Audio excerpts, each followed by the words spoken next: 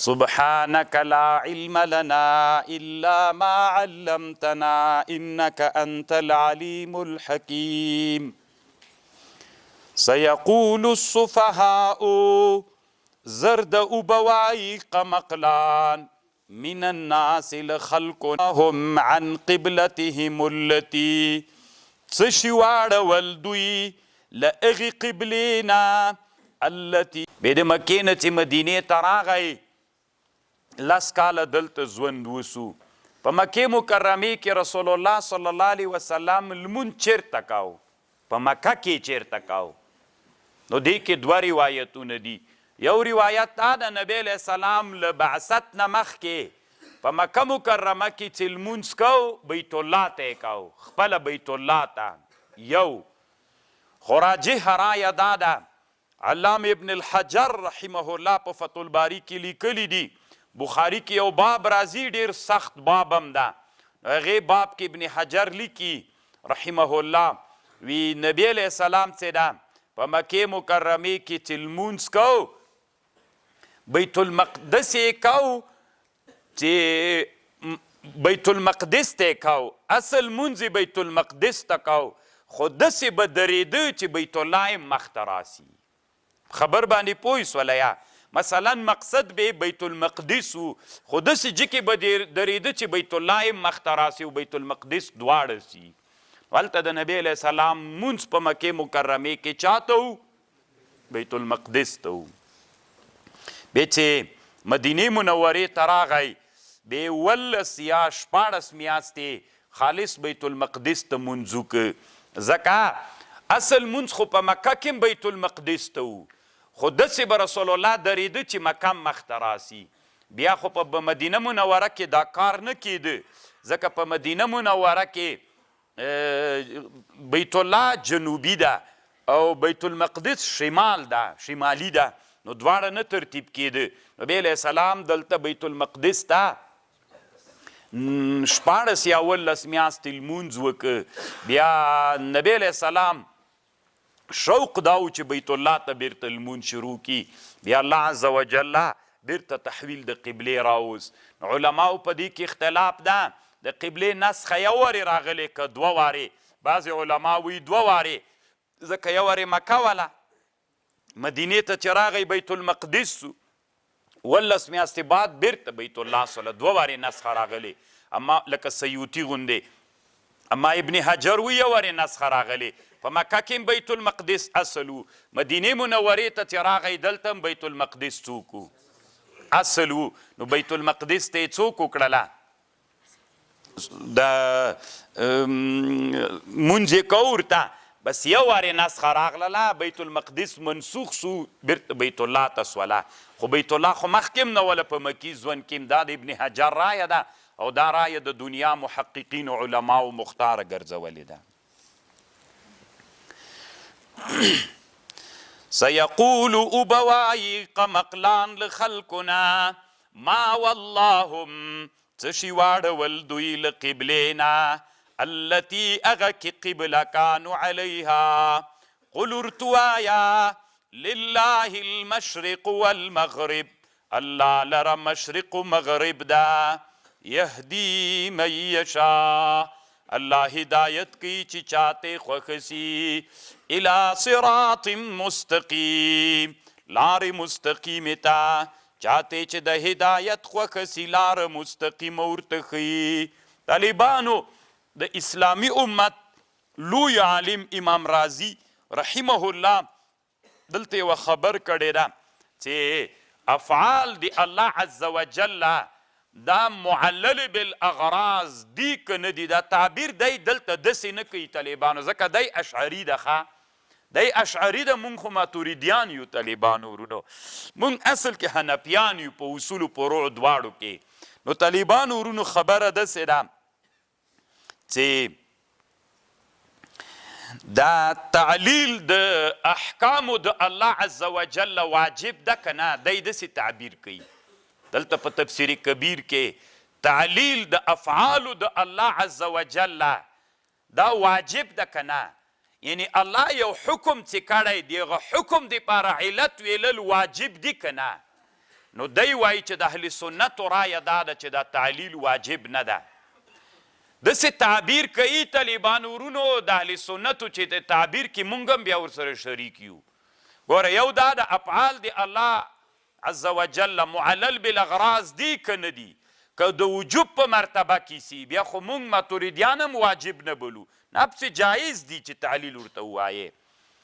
او دا تعبیر داسې علما کوي، دی دلته داسې وایي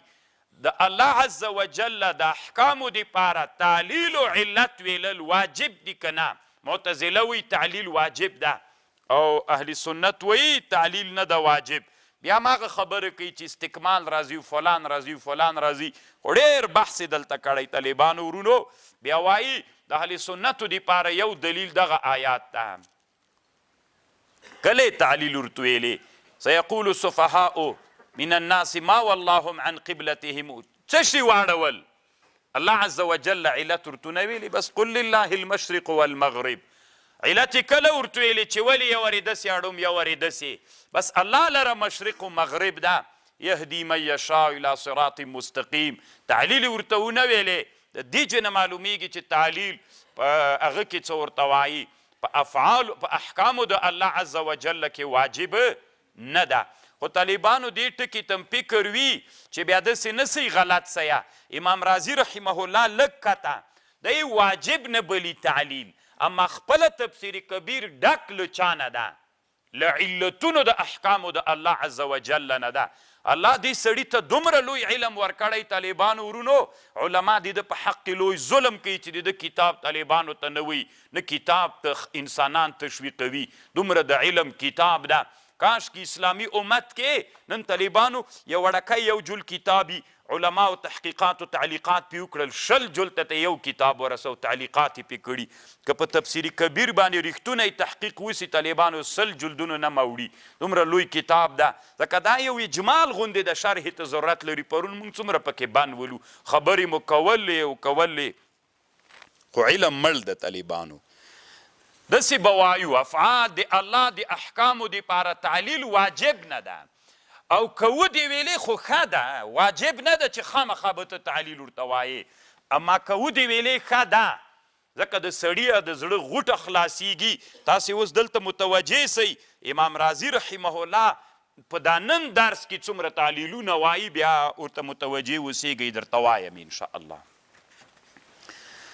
وکذلک یو علت دلته دا طالبانو امام رازي رحمه الله ویلی، دی وایي چې د بیت الله په مانځه کې ولې تعین سوې ده؟ څه ضرورت دې ته ده چې انسانان مونځ کوي بیت الله ته دي کوي؟ ولې بیت الله ته وکړي؟ څه ضرورت ده چې انسانان بیت الله ته لمونځ کوي؟ دا علت و حکمت څه شی ده پکې؟ نو امام الرازي رحمه الله یوه ډېره خوندوره ښه خبره کړې طالبانو ورونو. دی داسې وایي انسان کې دوه قوې دي، یوه قوه متخیله ده، یو په انسان کې قوه عاقله ده. دا قوه عاقله مدرکه د مجرداتو او د معقولاتو ده. انسان کې یوه قوه عاقله ده، دغه قوه عاقله ادراک دی چا کوي؟ ادراک د مجرداتو کوي. یو مادیات دي طالبانو، یو مجردات دي. دا ادراک د مجرداتو کوي او د معقولاتو کوي. دا یوه قوه سوله. بله قوه خیالیه ده.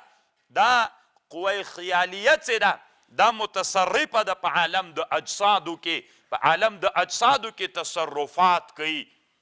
دا بله یوه قوه ده چې قوه خیالیه ده. اوس طالبانو قوه خیالیه او د قوه عقلیه د دوی دواړو په مابین کې انفکاک و جدایی نه راځي. دوی دواړه لازم و ملزوم دي، د دوی دواړو په مابین کې جدایی نه راځي. دوی دواړه خپل منځ کې ملګرتیا کوي. کله چې یو امر عقلی وي، خبره واورئ طالبانو، دا یوه خبر ده، بیا کیدی سي په اسانه پیدا نه کوي. کله چې انسان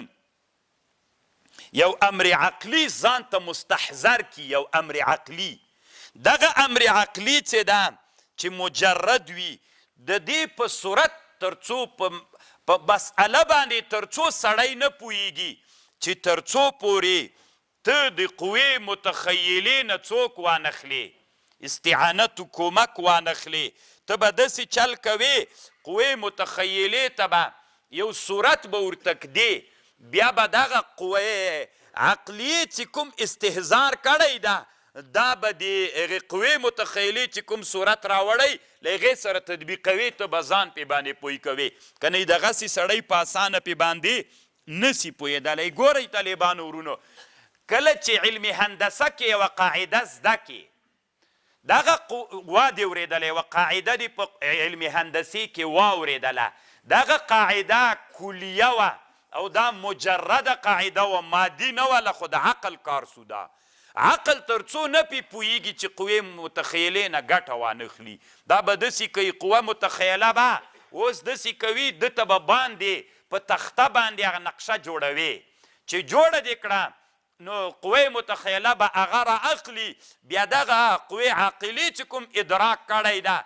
هغه قوې عاقله هلته پوهېږي چې کله قوې متخیله ورسره ملګري سي او دا خیال او دا صورت ځان سره راواخلي او دا قوې متخیلې چې کوم خیال و صورت جوړ کړی هغه په هغه باندې په هغه تخته باندې متصور کې بیا سړی پوهېږي ډېر داسې مثالونه علمي میدان کې دي که نه چې موږ کله قاعده واورو نه پې پوهېږو تر څو یې څوک نه کړو نقش نه کړو طالبانو چې کله یې نقش کړو نو بیا پس له هغه نه ګوره قوې متخیله چاته وایي تصرف په اجسادو کې کوي او قوې عاقله هغه ادراک و استهزار د مجرداتو کوي او د معقولاتو کوي یوه قاعده عقلي مې واورېدله زه نه پې باندې پوهېږم نو اوس به د قوې خیالي نه زه استعانت غواړم چې په دغه قوې عاقلې چې کومه قاعده او کومه خبر مستحضره کړې په دې پوه سم نو قوې متخیله به خیال کې یو صورت راوړي صورت به دلته باسو باندې قوې خیالي چې یو صورت راوړ دلته به په نقشه کې هغه کې واچو څه ورته وایي په تخته باندې به یې واچو نو هغې استعانت چې وسو بس بیا د قوې عاقلې چې کوم استهزار کړی نو په هغې باندې مونږ پوه شولو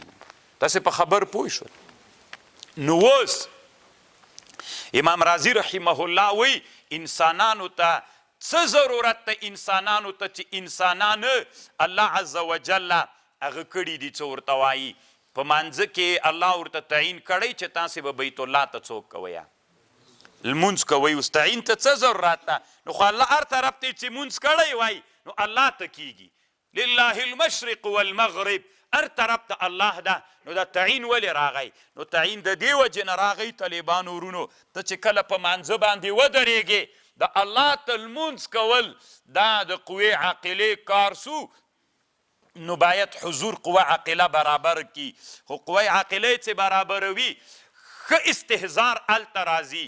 ښه پوهه هلته راځي ښه حضور هلته راځي چې قوې متخیلې نه کار واخلې یو محسوس هلته ورته جوړ کې نو هغه محسوس چې انسانان هغه محسوس د قوې متخیلې نه راواخلي او دلته د قوې عاقلې سره یو جای کې حضور ډېر خوندور راځي د سړي حضور ډېر ښه برابریږي تاسې بیت الله لیدلې نه قوې متخیلې کې خو عکس تا که نه نو کله چې په مانځه ودرېږئ نه قوې عاقله د هغې قوې متخیلې نه هغه عکس راواخلي استهزار و حضور په ښه طریقه باندې راځي دا اصل کې یوه علمي مسئله ده نو زه نه پوهېږم چې تاسې پوه شولی که نه شولی پوه لږ عمیقه مسئله ده طالبانو که چا درنه پوښتنه وکړه الله عز وجل خو وایي قل لله المشرق والمغرب الله لره مشرق و مغرب ده نو هر طرف ته چې مونځو کې صحیح ده نو بیت الله ولې تعین سوې نو ته به ورته ووایې چې یوه قوې عاقله ده او یوه قوې متخیله ده قوې عاقلې چې کومه قاعده واورېدله دغې قوې عاقلې د قاعدې د پوهېدلو دپاره ښه مثال ښه پوهېدل د قوې متخیلې نه به یو عکس راخلي نو هغه عکس چې په قوې متخیلې کې موجود وي بیا ښه فهم او ښه ادراک ښه علم راځي نو دلته د بیت الله تعین چې سوی ده دا د قوې متخیلې له باب نه ده چې قوې عاقلې سره ملګری سي د دې په خاطر باندې چې ښه استهزار راسي انسان ډېر ښه متوجي سي حکمت پکې دا ده نو طالبانو ورونو امام رازي خو ویلي چې افعال د الله عز وجل معلل بالاغراض د خو ورته ویلې که نه ایوی واجب نه دي څوک نه دي واجب نه دي دا معنا نه چې نعوذ بالله دی بیخي مني نه ولې نه مني مني بلکې د ده کتاب ټول همدغه نه ډک ده چې دی علتونه ووایي، صرف دومره ده چې واجب یې نه بلي.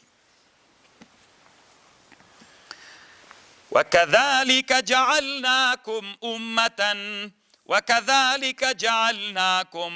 همداسې مو ګرځولي یی لکه څنګه مو چې هدایت درته کړی ده، همداسې مو ګرځولي یی امت وسط، امت متوسط، افراط و تفریط نسته در کې. داسې امت مې ګرځولي یی نه لکه یو یهودان داسې یی، نه لکه نصرانیان داسې یی، نه په د طرف د افراط کې واقع، نه په طرف د تفریط کې واقع. نو مسلمانان طالبانو باید داسې یو حالت کې وي چې د افراط و د تفریط حالت کې نه وي. ځان ته هم په ژوند کې طالبانو بعضې مولیان په تصوف کې داسې حالت ته ننوځي چې ګډېږي، بعضې مولیان یې داسې حالت ته ورسېږي چې مطلق یې نه مني. موږ باید طالبانو د طرفیو افراط و د تفریط په مابین کې سو. دا یو علم ده د انسان د اصلاح دپاره الله عز وجل قرآن و حدیث کې رالیږلی ده. موږ ځانونه پې باندې اصلاح کوو. نه به طالبانو افراط کیږو چې شرک ته لاړ سو، او نه به طالبانو ناپین ګرځېږو، دواړه طرفین سول. بس یو متوسط حالت کې به یو. لتکونو شهداء علی الناس چې تاسې سئ شاهدان په خلکو، ویکون الرسول علیکم شهیدا. طالبانو صورت داسې ده، علما دا مسئله داسې ذکر کوي، وی دا به داسې چل وسي کله وی چې ورځ د قیامت یو نبي به راسي، د نبي سره به یو نفر څوک وي، یو امتي به ورسره وي، نو یو دوه به یې ډېر به یې همداسې. نو دا نبي به و، الله به ورته وایي چې تا د خپل امت ته خبر رسولی ده، نو دی به ورته وایي چې و ما څوک ورته رسولی ده، خبر مې ورته رسولی ده، ما ورته خبر رسولی ده. نو هغه به ورته وایي چې شاهد چیرې؟ هغه به په پوښتنه وکړي، وایي نه یې در رسولی، وي شاهد چیرې؟ د رسول صلی الله علیه وسلم امت څوک ده؟ دا شاهد ده. د رسول صلی الله علیه وسلم امت دا شاهد ده. نو هغه به چې شاهدي ووایي، بیا به د رسول علیه السلام له امت نه پوښتنه کول کېږي چې د تاسې شاهد څوک ده، بیا به رسول علیه السلام په هغوی شاهدي وایي. لتکونو شهداء علی الناس ویکون الرسول علیکم شهیدا وما جعلنا القبلة مونږ نه ده ګرځولې قبله التي هغه قبله كنت علیها چې ته ورباندې وې الا لنعلم مگر د دې دپاره چې رابیل کو من هغه څوک یتبع الرسول چې تابعداري د رسول کوي، له چا نه رابیل کو ممن ینقلب علی عقبیه چې ګرځي بیرته په پوندو باندې شاته. وان کانت لکبیرة اگر چې دا ډېره سخته ده، مگر الا علی الذین هدى الله په هغه چا سخته نه ده چې هدایت الله ورته کړی. وما کان الله لیضیع ایمانکم. دا داسې چلو یو څه کسان د بیت المقدس په قبله باندې وفات سوي ول صحابه چې هغوی لمونځونه بیت المقدس ته کړي ول، کله چې الله عز وجل قبله واړوله نو دوی ویلي چې هغه مسلمانانو به څنګه کیږي، د هغوی حال به څنګه وي. نو الله عز وجل وویلې ادا آیات را نازل که چې د هغوی اعمال نه دي ضایع. وما کان الله نه ده الله ضایع کوونکی د منځونو د دوی. ان الله بالناس لرؤوف رحیم. الله چې ده رؤوف مهربانه ده. طالبانو ورونو دلته امام شهاب الدین علوسی رحمه الله یوه خبر کړې ده. د هغې خبرې مطلب داسې ده، دغه آیات نه بعضې علما وی د اجماع حجتیت معلومیږي چې اجماع څوک ده؟ حجت ده. صحیح خبر دا ده طالبانو ورونو چې اجماع حجتیت له دې نه معلومیږي، خو دا ترې نه معلومیږي چې دا امت په نسبت سره نورو امتونو ته افضل د امتونو ده. دا ترې معلومیږي چې افضل د امتونو ده، خو دا نه د دې آیات نه معلومیږي چې اجماع د له دې آیات نه ثابت وي. نو د تحویل د قبله اصل کې طالبانو علت پکې داو د تحویل د قبله دا یو امتحان و چې انسانان امتحان کی الا لنعلم د دې لپاره چې موږ رابیل کو من یتبع الرسول ممن ینقلب على عقبیه د هغې نه رابیل کو اصل کې په دې کې مقصد امتحان و قد نرى تقلب وجهك ډیر وینو مونږ تقلب وجهك اړول د مخونو د تا فی السما نبی علیہ السلام به چې په مانځه یا دغسې ولاړو اسمان ته به ډېر کتل د دې په خاطر باندې چې د الله عز وجل له طرف نه وحی راسي او تحویل د قبلې راسي فلنولینک قبلة مونږ به تا ته قدرت درکو په قبلې داسې قبل تا ته به قدرت درکو د قبلې چې ته مخ ور واړوې داسې قبله ترضاها چې ته به یې خوښوې چې هغه بیت الله ده فول وجهک واړوه مخ دې شطر المسجد الحرام طرف د مسجد حرام ته وحيث ما كنتم چیرته چې تاسې وئ فولوا وجوهکم شطره واړوئ مخونه مو طرف د بیت الله ته وان الذین اوتوا الکتاب هغه کسان چې ورکړل سوی د کتاب د یعلمون پوهیږي چې انه الحق دا کتاب حق د له طرفه د رب نه ده وما الله بغافل ند الله غافل عما لغشنا يعملون طالبانو نبی علیہ السلام مخ ار وخت بیت الله ته اړو صلی الله علیه وسلم غوښتنه د الله نه ولې نه کوله ولې د الله عز وجل طالبانو دلته مکې باندې دلته نور یخته ناستي ښه پوهېږي دلته جایز ته یو څه دلته راواوړې عزتي باندې بیچارهګان یو څه یخته ناست دي زه راواوړه دا چې ټول تس ته یو دوه درې نور هم راواوړئ ورسره نو طالبانو ورونو یوه مسئله دلته دا ده چې د دې پوښتنه یې وکړله چې سوال کوي علما ولې نبي صلی الله علیه وسلم ولې نبي علیه السلام د الله نه غوښتنه نه کوله چې د ما بیت القبله راته واړوه دې ولې غوښتنه نه کوله چې د ما قبله راته واړوه که نه مخ یې اړو هغه ته اسمان طرف ته چې قبله خو الله نه بې غوښتنه کړې وله نو طالبانو ورونو یو جواب علامه شهاب الدین آلوسی دا کړی نه وي دا د دې په خاطر باندې چې نبی علیه انبیاو ته عادت دا چې هغوی یو شی الله له طرف نه اذن نه راغلی نو هغوی دغه شي غوښتنه نسي کولی کوم شي غوښتنه چې کوي د الله نه به اذن ورته راغلی یو دا د طالبانو ورونو دویم جواب کیدی سي په دې کې د الله ځان ته یو رازو الله ورته ویلي چې تی غوښتنه کوه مه صراحت غوښتنه مه کوه ځکه د الله په دې کې خپله یو رازو الله عز وجل ورته ویلي چې په دې باندې بیا زه نور ډېر حکمتونه باروم د دې په خاطر نبی علیه السلام غوښتنه د الله نه کوله تکرارا یې چیرته کتل اسمان طرف ته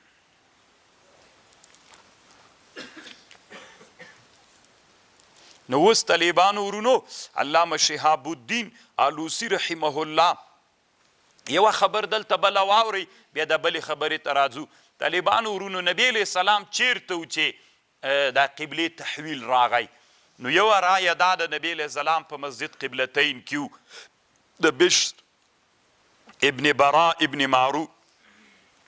بنو سلیمه ته رسول علیه السلام تللی نو هلته د ماسپښین مونځ پې باندې راغی نو بني سلیمو کې د ماسپښین 2 رکعاته یو طرف ته وکړل 2 رکعاته بل طرف ته وکړل نو یو رایه دا ده مسجد قبلتین ورته وایي الله مو بوزه طالبانو مدینه منوره کې مسجد نبوي ته نږدې او جومات ته مسجد القبلتین ورته وایي نو یوه قبله یې داسې ده یو جنوبي ده یوه قبله یوه شمالي ده یو بیت المقدس ته ده اوس هم پکې دا قبلې سته یو بیت المقدس ته ده یوه قبله بیت الله ته ده ځکه هلته عجیبه نادره دا ده جنوب بیت الله ده شمال بیت المقدس ده نو بیا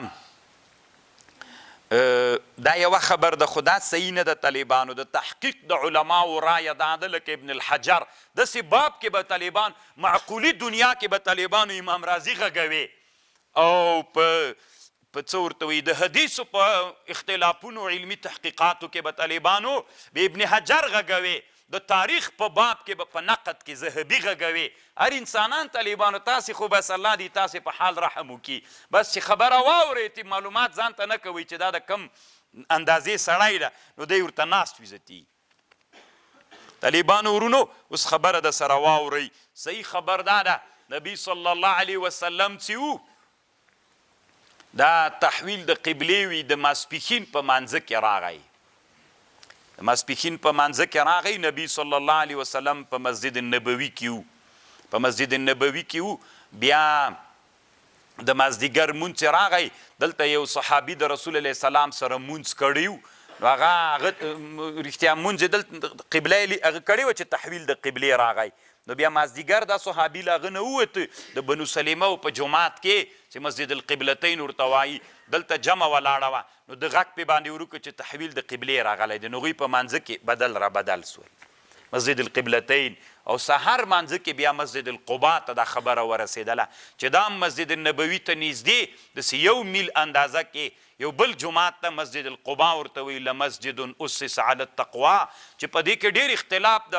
د اسلام کې اولینی جومات بنیاد چې کېښودل سوی ده، یو په هغه کې د څه ورته وایي په مکه مکرمه کې ابوبکر صدیق صاحب کړی، او داسې په غټه سطحه باندې اولینی جومات د اسلام په تاریخ کې مسجد قبا ده که مسجد النبوي ده. نو طالبانو کله په تاریخي میدان کې داسې اختلاف وي چې سړی حیرانه سي. تاسې چې وفاء الوفاء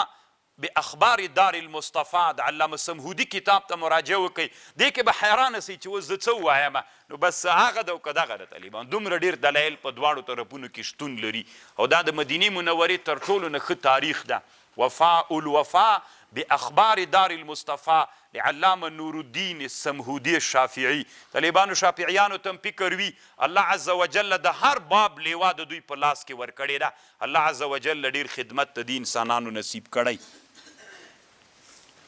نو دا یوه خبر سوله. بله خبر دا د طالبانو ورونو، دا خبرې ته مې لږ متوجه سئ. طالبانو ورونو بیت الله چې دا چې نږدې بیت الله ویني هلته عین قبله شرط ده، صحیح ده، هلته عین قبله شرط ده. او څوک چې له بیت الله نه لرې وي د هغوی په حق کې څوک شرط ده؟ جهاد. خبر خو مې پوهېږئ که نه چې بیت الله درته ښکاري لکه دا ستن، دې ته به مخامخ درېږي، بیا تعین شرط ده. او چې لرې له بیت الله نه بیا څوک شرط ده؟ بیا جهاد شرط ده. طالبانو ورونو علما وایي، دلته امام رازي رحمه الله یوه خبر نقل کړې، که ته بالفرض دا فرض کې چې بیت الله ړنګه ده، چې بیت الله ړنګه سوله طالبانو، بیا مونځ څنګه ده؟ اصل کې دا بیت الله کې دا لمونځ دا د بیت الله دیوالونو ته ده، او که اصل کې طالبانو همدغې طرف ته ده. نو امام رازي رحمه الله دلته د احنافو علماو هم دغه نقل کړی ده چې امام رازي رحمه الله د احنافو رایه مختاره ګرځولې. صحیح دا ده دیوال د بیت الله ته نه ده، که بیت الله ړنګ هم سي یا که داسې چل وسي. دا اوس طالبانو ورونو بیت الله کې خپله دننه په بیت الله کې بیت الله څو منزله جګه سوې ده، دا جومات ګرد جومات څو منزله جګ سوی ده. نو هغه اول دویم منزل بیت الله ته مخامخ ده، تنه اول منزل بیت الله ته مخامخ ده، دویم دریم څلورم د صفا او مروه پنځم منزل دا ټول هوا د بیت الله ته متوجه ده. نو بیت الله ته به خپله دیوالونو ته به یې کوې که هوا ته به یې صحیح کیږي. اوس مثلا طالبانو ورونو تاسې ځان سره فکر وکئ ښه، دا تاسې کره وبللی چې یوه کره وی نور به م ښه پوه سوي وی که نه ایماړم به نه خبره شوله، دا یوه کره ده دا مځکه. اوس بیت الله دلته ده، نو چې بیت الله دلته ده، بیت الله دلته ده، یو څه انسانان دي د کورې په دیج کې دي، نو چې دوی دې طرف ته مونځ کوي طالبانو، خو کته د بیت الله د بیخ ته د مځکې لاندې کوي. نو بیت الله طالبانو تر اسمانه پورې بیت الله ده او تر تحت الثرا پورې بیت الله ده. نشم پوه شوئ که نه؟ دا طالبانو کره ده بیت الله دلته پدې دي. اوس د مځکې په یوه سطحه کې دلته انسانان دي، نو دوی چې بیت الله ته لمونځ کوي طالبانو خو داسې مونځ به ورته کوي چې دې طرف ته راسي. نو دا خو بیت الله چېرته ده او دوی چېرته دي؟ نو د بیت الله لاندې په زرګونو کیلومتر طالبانو لاندې. بس صحیح ده، ځکه بیت الله تر اسمانه بیت الله ده او کته تر مځکې طالبانو تحت الثرا پورې څوک ده بیت الله ده. خو د ما په خبر ځان پوی کوي، علمي خبر ده، زه پوهېږم نه مو دا اورېدلې مخکې. بیت الله ته که موجود ولې عین شرط ده، که موجود نه ولې جهاد شرط ده. طالبانو ورونو په اسلامي امت کې امام رازي نن خبرې کړي، خو دومره د اروا د غلیل نه پې راولي طالبانو ورونو. دا خو د اسلامي امت علماو ډېر خدمت کړی ده. دا یو کتاب د طالبانو علامه بنوري صاحب جوړ کړی د انور شاه کشمیري شاګرده، بغیة العریب فی مسائل القبله والمحاریب. تاسو طالبانو یوې خبرې ته غوږ ونیسئ. ډېر اوږد بحث کوي طالبانو ورونو. مخکې له دې نه چې د ده نه خبره وکړم یوه بله خبر درته کومه، دا هم ډېره ښه خبر ده. طالبانو انسانانو ډېر خدمتونه کړي دي او الله دې موږ په حال رحم وکړي. موږ دنیا ته هېڅ هم نه دي کړي، موږ غیر له غرور له کبر نه هېڅ هم نه دي کړي. د اسلامي امت علماو دومره خدمت کړی ده. پرون یو چا بیګا پوښتنه رانه کړې ولې وي زه د تا ډېر محب یم هلمند ولایت کې. وایي دا د امام خطابي قبر چېرته دی؟ مل تاسې نه موږ پوښتنه کوو را پیدا یې کوي. ما نه ولې پوښتنه کوي؟ وطن دې تا د ته یې را پیدا کړم، دغه بوس قلعه کې مدفون د ته یې را پیدا کړه. طالبانو د اسلامي امت علماو څومره خدمت کړی. موږ خو طالبانو وخت په هغه باندې تیر سو، په حواشیو باندې. قبر ته مو وسیله دوی فکر سو 1400 کاله وتلي دي. اوس طالبانو خبره واوري. جهاد چې لرې یې هلته جهاد شرط ده. خبر باندې پوه شوئ چې لرې یې د هغو خلکو دپاره څوک شرط ده؟ جهاد ته. ګورئ طالبانو د مونږ حنفي فقها وایي او کتابونه د دنیا وایي د هند او د خراسان د خلکو دپاره قبله بین المغربین ده، یا جهت د مغرب قبله ده. طالبانو هند او خراسان، ما تاسې ته مخکې ویلي ول طالبانو د افغانستان شمال خپله پنشیر د بدخشان نه نیولې عین تر هراته پورې دا ټول پخوانی خراسان ده. خراسان طالبانو داسې چلو، خراسان مخکینی جغرافیایي تقسیم چې و خپل وخت کې خراسان 4 پایتخته درلودلی دي. کله به طالبانو پایتخت بلخ و دا مزار نه د طالبانو په مزار کې یو بله ولسوالۍ د بلخ اصلي پایتخت دا جای تیر سوی ده او دا ډېر لوی د دنیا یوه عجیبه نادره پدیجې کې تیره سوې ده. دا بلخ دا د خراسان پایتخت تیر سوی. لکه اوس کابل د طالبانو، یو وخت کې قندهار و طالبانو، یو وخت کې به بل وطن وي. داسې دا د دنیا عادتونه دي. نو بلخ یو وخت کې د خراسان پایتخت و، یو وخت کې هرات و طالبانو. خو هراته طالبانو ډېر دلایل داسې شتون لري چې دغه هرات کیدی سي نه بوشان چې ورته وایي چې تاسې زندهجان ورته وایه، دغه زندهجان مړ سوی د طالبانو. دا په خپل وخت کې د هرات پایتخت تیر سوی ده. د اوسنی شیخ صاحب موالي صاحب چې ده، زه خپله ما ورته ویلي چې ما زندهجان ته بوځه، بې دی راسره لاړو نو هلته مو داسې یو سین هم سته د ډېر ښه داسې منظره مو 2 وارې بلکې راسره تللی ده. نو زندهجان بوشانج ورته وایي. دا ډېر علما دي بوشانج ته منسوب دي چې تاسې کتابونه وګورئ. علماو ډېر علما فلان البوشنجي داسې علماو نسبتونه ورته راغلي دي. هرات تیر سوی ده او ایران کې یو جای د نیشاپور ورته وایي. په دې مشهد کې د نیشاپور و نیسابور دا د خراسان پایتخت تیر سوی ده. بدغسیانو تاسې ته نږدې څه برخې د تاسې په وطن کې پرتې دي چې مرغاب ورته وایي. دا مروه کوچک د اصل کې وړه مروه، هغه طرف ته ترکمنستان ته مرو چې ورته وایي د عبدالله، دا هم د خراسان په خپل وخت کې پایتخت تیر سوی ده. 4 پایتختونه بدل را بدل سوي دي. نو دا ساحې د خراسان سولې. او دا کابل چې د هند، د هند پروان، کاپیسا، جلاباتونه، پکتیاوې دا ټول طالبانو ان تر پاکستان تر وزیرستانونو پورې دا ټول طالبانو پخوانی هغه د څه ورته وایي هند ده. یعنې د هند هغه تقسیم د هند کې راځي. بیا طالبانو دلته بعضې نورې وطنونه د سجستان سره د فرا، هلمند، قندهار دا د پخواني سجستان برخه د طالبانو. او د افغانستان د غرونو ساحې غور، روزګان،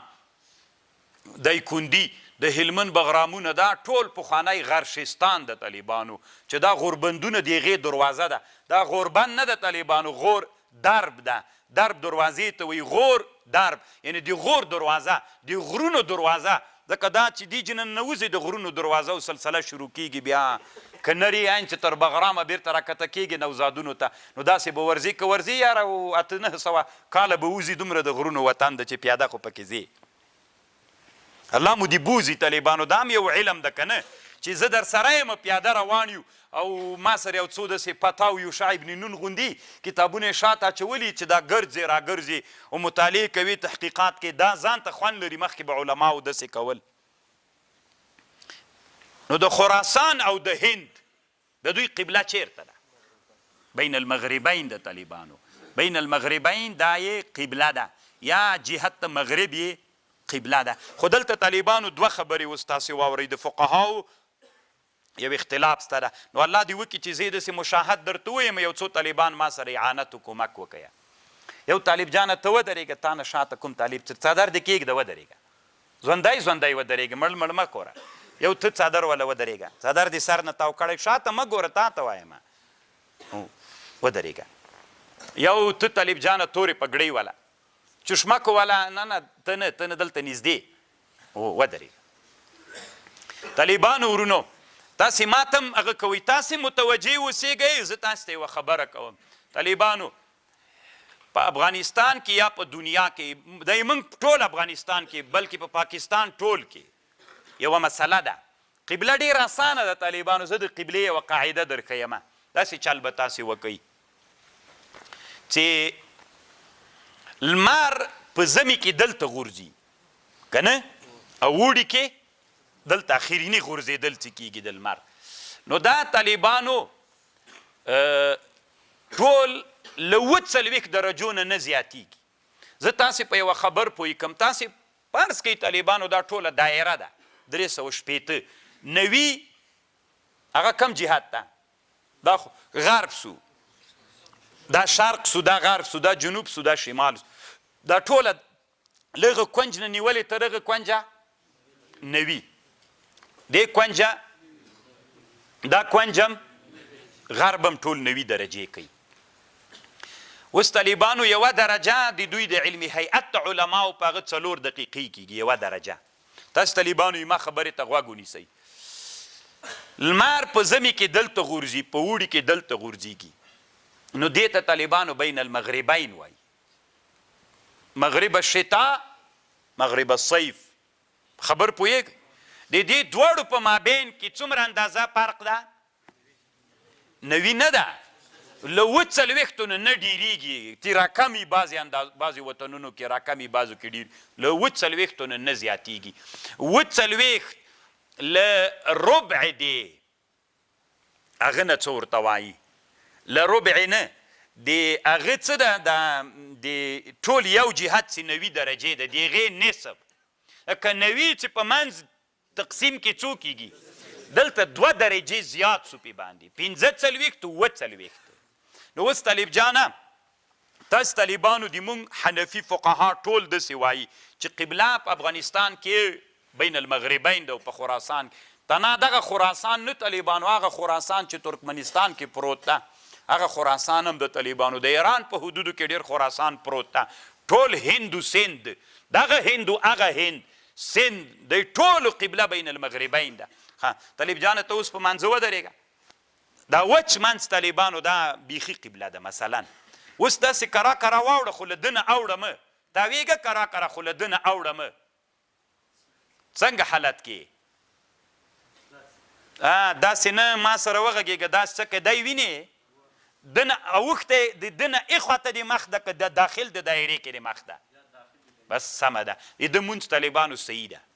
ته ورته ګورئ طالبانو تاسې ځانونه علم، طالبانو علم د علم د سړي پلار ده، علم به حاکم کوي. دا اوس وایي قبله دې غلطه کړه، نه ده غلطه سړیه، دا خو له وړه خبر ده، بل هم درته کوم. اوس دا خو یو قول ده. اوس کرا کرام داسې راځه دلته داخل د دایرې کې څه باندې مه وځه. دا طالبانو دا ټوله قبله ده. خبر پوه شو لکه داسې ولاړ وي بیرته راځه همداسې کره کره راځه دا قبله ده ځه هلته دنه وځه مه قبله ده اوس له دنه ووځه بس طالبانو قبلې نه ووتلې خو دا یو قول د طالبانو. اما تحقیق دا ده د اسلامي امت یو لوی عالم تقي الدین عبدالعباس احمد بن علي بن عبدالقادر العبیدي المقریزي دا طالبانو دنیا کې یو ډېر لوی سړی تېر سوی ده. د یو کتاب جوړ کړی کتاب المواعظ والاعتبار بذکر الخطة والآثار المعروف بالخطة المقریزي. دا طالبانو دومره لوی خدمت دی سړي کړی مصر یې راخیستی. مصر کې اول بنیادګذاري د مصر چا کړې ده؟ دا تهداب یې څنګه واچو د مصر د ښارونو؟ د کابل تهداب گذاری چا کړي چاته هم نه ده معلوم. د قندهار چا کړې ده؟ د بلخ چا کړې ده؟ د هلمند خو بله ورځ سوې دغه کیدی سي معلومه وي ځکه هلمند دغه اوسنی هغې اما قلعه بست طالبانو د تاریخ ډېرې خبرې سته. زه بیا ورځ په سجستان مکمل بحث درته کوم انشاءالله طالبانو که دلته خوشې سوم یو کتاب درته راوړم د سجستان په اړه څه خبرې درته کومه. فرم طالبانو په د پخواني سجستان برخه ده دا فرا چې تاسې ورته وایي. نو اوس دغه عالم راجګ سوی د مصر په ټولو علمي هغه باندې بحث کړی. دا یې څلورم جلد اخرینی جلد. نو د طالبانو دلته د مصر په محرابونو باندې یو بحث کړی ده بیا په قبله باندې بحث کړی ډېر علمي بحث یې کړی. دی وایي طالبانو د بعیدو خلکو دپاره اصل کې دا بحث هندسي بحث د علمي هیئتو د جغرافیې مشترک بحث کړی. ګورئ طالبانو ورونو دوی داسې وایي چې مثلا دا دایره نه ده د دایرې منځ کې چې یوه نقطه فرض کې نو دا ټول هغه جهت دا جهت دا ټول طالبانو مساوي دغه جې ته راځي. نو د دغه قاعدې په بنا باندې دی داسې وایي چې ټوله قبله څوک ده؟ ټول جهت د بعیدو خلکو دپاره څوک ده؟ دغه بین مغرب الشتاء مغرب الصيف دا څوک نه ده؟ دا قبله نه ده طالبانو. اوس ته طالب جانه له ده نه وځه له د دایرې نه وځه د طالب چې ولاړ ده چې ووته طالبانو دغه دی وایي چې نه ده بانځنه نه ده وتلی. ته کښېنه طالب جانه اوس ته ودرېږه ته هم کښېنه. اوس داسې چل وکړه ګورئ طالبانو د ده قول مطابق خبره داسې د افغانستان کې ټول مغرب قبله ده ټول غرب څوک ده؟ قبله ده. ټول غرب قبله ده. اوس په بله دنیا کې ټول شرق قبله ده بله دنیا کې ټول جنوب قبله ده. اوس مدینه کې جنوب قبله ده بله دنیا کې شمال قبله ده. افغانستان کې څوک قبله ده؟ موږ دومره لرې یو د بیت الله نه په زرګونو کیلومتره لرې یو طالبانو چې لرې سولو. نو اوس ته طالب جانه داسې وکړه دغه دیوال چې هغه دیوال ده غربي دیوال ده دی ټول دیوال ځه کونج ته لاړ سه وځه مه وتلی که نه یې وتلی کوم دیوال ته یې؟ غربي دیوال ته. دی طالبانو په قبله باندې برابر د مونځ بلکل صحیح ده. ته لږ وځه دا بل دیوال ته وځه. اوس جهت بدل سو طالبانو. کوم دیوال ته سو؟ اوس طالبانو جهت بدل سو قبله بدله سو. دا قبله نه ده طالبان. بیرته راواوړه کوم دیوال ته؟ دا طالبانو قبله 90 درجې ټوله قبله ده طالب. ځه کراځه زوی دې مړ څه داسې تیز واوړه له دیواله واوړه بل دیوال ته واوړه. کم دیوال د طالبانو؟ شمال. قبله بدله سوله بیرته چاته سه؟ ټوله 90 درجه ټوله څوک ده؟ دا قبله ده. دا طالبانو د علامه مقریزي رحمه الله چې یو لوی علمي عالم ده په دې مسئله باندې بحث کړی. الله عز وجل دې وکړي اول جلد څلورم جلد د طالبانو داسې 25مې صفحې نه دا تحقیق شروع کیږي. علامه بنوري رحمه الله څه وایي؟ د علامه بنوري ګوري طالبانو دلته دغه دوه طالبان چې دلته ولاړو یو قول وایي چې دغه مغرب د شتا او د مغرب د صیف نه چې اخواته واوښتلې مونځ پاسېد سو. حق خبردار طالبانو ورونو چې نه چې څه وخت واوښتلې له جهت نه مکمل جهت د مغرب نه چې واوښتلې. جهت د مغرب ټول څومره ده؟ نو طالبانو الله دې په تاسې رحم وکړي ډېر به ځان نه هغه نه جوړوئ علم شو خبر خو پوه شولې. دا اوس مثلا شپه ده تا ته څوک نه معلومیږي کښېنه طالب جان اوس تا ته معلومات نه کېږي چې قبله چیرته ده.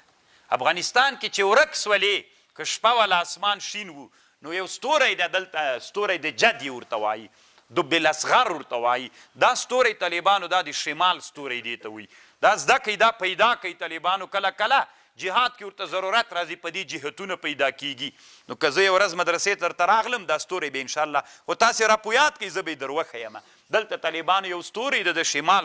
دا تغیریږي نه نور ستوري ګرځي دا ګرځي نه طالبان ګرځي خو موږ ته یعنې هغه نه کوي دې ته ستوری د شمال ستوری وي. نو دا ستوری دی چې پیدا که نو شمال دی پیدا که چې شمال دی پیدا که هغلته د رښتیا هغه ستوری شمال پیدا چې شمال پیدا سو خپله څوک پیدا کیږي جهتونه بس چې جهت پیدا سو خپله قبله څوک ده. او که ورځ والا وریځ والا که ورځ والا لمر و خو هم جهت پیدا کیږي که ورځ والا وریځ والا اسمان څوک و شین چې وي یعنې وریځ والا لمر نه معلومېده طالبانو او ته نابلده جي ته لاړې چې قبله کومه سې ده نو بیا داسې چل وکړه ونه راواخله ونه ما خبرې ته غوږ سئ. ونه څه ده؟ د ونې جنوبي غربي او شرقي پوستکی د ونې داسې کلک غوندې وي او شمالي پوستکی نری وي ځکه لمر نه یې پرې لګېدلی. دا انسان څه ده؟ د خپل انسان کوم چې باندې چې لمر لګېږي هغه یو رقم ته رنګې وي او دننه لاندې بدن چې کالی کې پټ وي په لمر نه یې لګېدلی داسې پوستکی هم د ونې همداسې ده. نو شمالي پوستکی د ونې څوک وي؟ نازک وي. نو هغه ته معلومات ځان ته وکړه له ونې نه یې معلومات وکړه چې معلومات یې کړو بس څوک معلوم سو جهت معلوم سو زه که نه قبلې ته پې ورځه دا مونځ داسې کوو دا دې داسې کوه دا په قطع یې تا دې پلار ده دومره وړکۍ نه ده دا قبله چې تا وې که راته دا جومات داسې ده دا غلط ده او دا هغسې ده جهت چې نه یې بدل طالبانو قبله نه ده بدله. دا د علامه بنوري رحمه الله کتاب د طالبانو ډېر علمي کتاب ده ځکه دا سړی طالبانو په مسئله باندې بیا د موږ د احنافو د ډېرو کتابونو نه تحقیقي کتابونو نه استدلالات کړي دي او هغې پې باندې کړي نو دې مسئلې ته مو فکر وي. نو روهبانیه هم طالبانو دلته د جهت خبره کوي جهت قبله ده د بعید دپاره ټول جهت طالبانو جهت څومره ده که ته وایې چې دا خو چې زه دې نه لرې سوم چې هلته سوم بیا خو بیت الله ته نه برابرېږم نو دې جنت چې دلته داسې سیده ودرېږي ته بیت الله ته ور برابرېږي ته چیرې یې دا اوس موږ خو دا 12,000 کیلومتره که 15,000 که 6,000 که 8,000 کیلومتره موږ د بیت الله نه لري. نو طالبانو ورونو چې تاسې کله هغه علوم زده کړه دغه مسله باندې بیا ډېر خوندور پوهېږئ چې علم هیئت په علومو باندې پوه سئ بیا تاسې ته معلومات کېږي چې دا خبر څومره لوی حقیقت لري. نو قبله طالبان دومره وړه نه ده.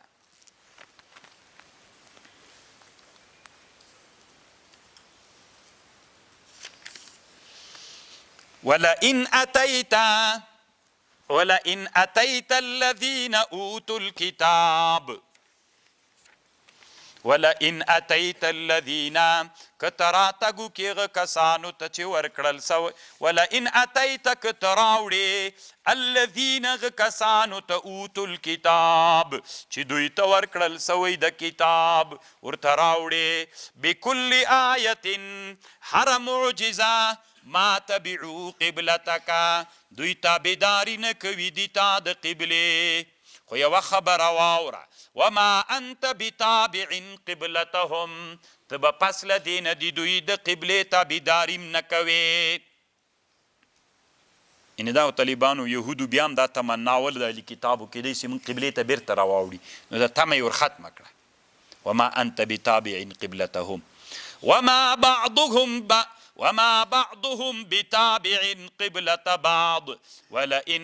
ولئن اتبعت أهواءهم كتتابداريو كي دوي د خواهشاتو من بعد ما جاءك من العلم پس لدي چراغي تا علم إنك إذا لمن الظالمين تل ظالمين نبيا. طالبان ورونو د يهودانو قبلت شي ولا او د نصرانيانو قبلت شي و طالبانو د نصرانیانو قبله صخره د بیت المقدس وه په بیت المقدس کې یوه تیږه ده صخره د بیت المقدس ورته وایي نو دا صخره د بیت المقدس دا د نصرانیانو قبله وله چې عیسی علیه السلام اسمان ته پورته سو دوی بیا په اجتهاد باندې شرق قبله ګرځولې اوس دوی شرق ته مونځ کوي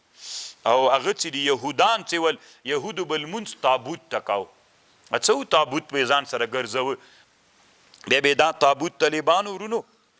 دې ته یې مونځ کو او هغه سره به یې کېښودو صخرې د بیت المقدس سره بیا به یې مونځ کو ورته کله چې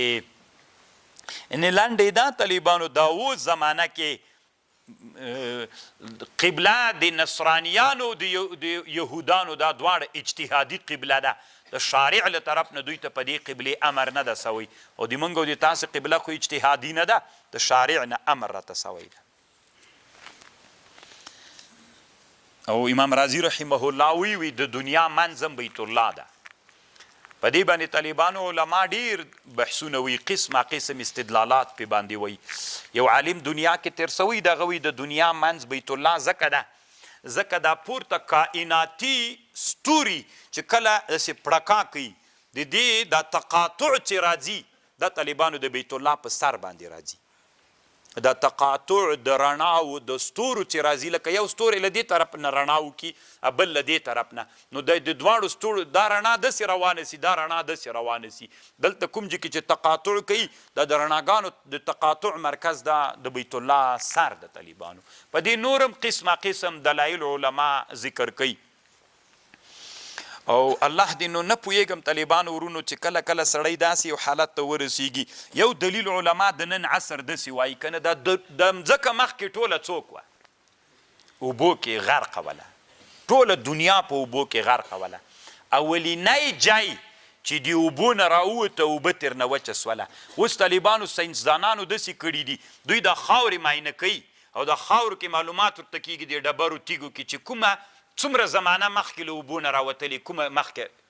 نو چې په دې تحقیق سوی په دنیا کې تر ټولو نه مخکینۍ مځکه چې د اوبو له سر نه اول راښکاره سوی دغه غرونو ډبرو نه معلومات ساینسدانان کوي هم د بیت الله مځکه ده نو دوی ځکه وایي چې د دنیا اولینۍ مځکه چې د اوبو له منځه راوتلې والارض بعد ذلك ضحاها د بیت الله مځکه ده نور ډېر څه دلایل سته خو طالبانو علومو کې وڅرېږئ الذين اغا کسان آتیناهم الکتاب چې مونږ ورکړی د کتاب یعرفونه دوی پیژني د رسول علیه السلام کما یعرفون ابناءهم لکه خپل زمن چې پیژني وان فریقا منهم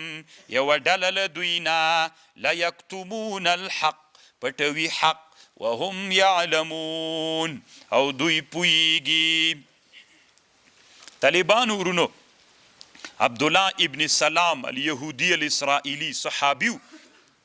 نبی علیه السلام په حق کې داسې وایي وی زه نبی علیه السلام له خپل زوی نه م ښه پیژنم نو عمر صاحب ورته ویلي وي هغه څنګه وی ځکه په دې کې زه هېڅ شک نه کوم چې دا محمد همغه محمد ده چې تورات کې نوم راغلی و چې فارقلیتو صلی الله علیه وسلم اما ولد کې مې زه شک کولی سم کیدی سي د ما ښځې خیانت کړی یم رسول الله کې زه شک نه کوم یعرفونهم کما یعرفون ابناءهم الحق من ربک حق لطرف د رب نه ده فلا تکونن من الممترین ته مه کېږه له شک کوونکو نه ولکل وجهة د هر یو امت و ملت ډلې دپاره وجهة یو طرف ده هو مولیها د مخ ورړونکی ده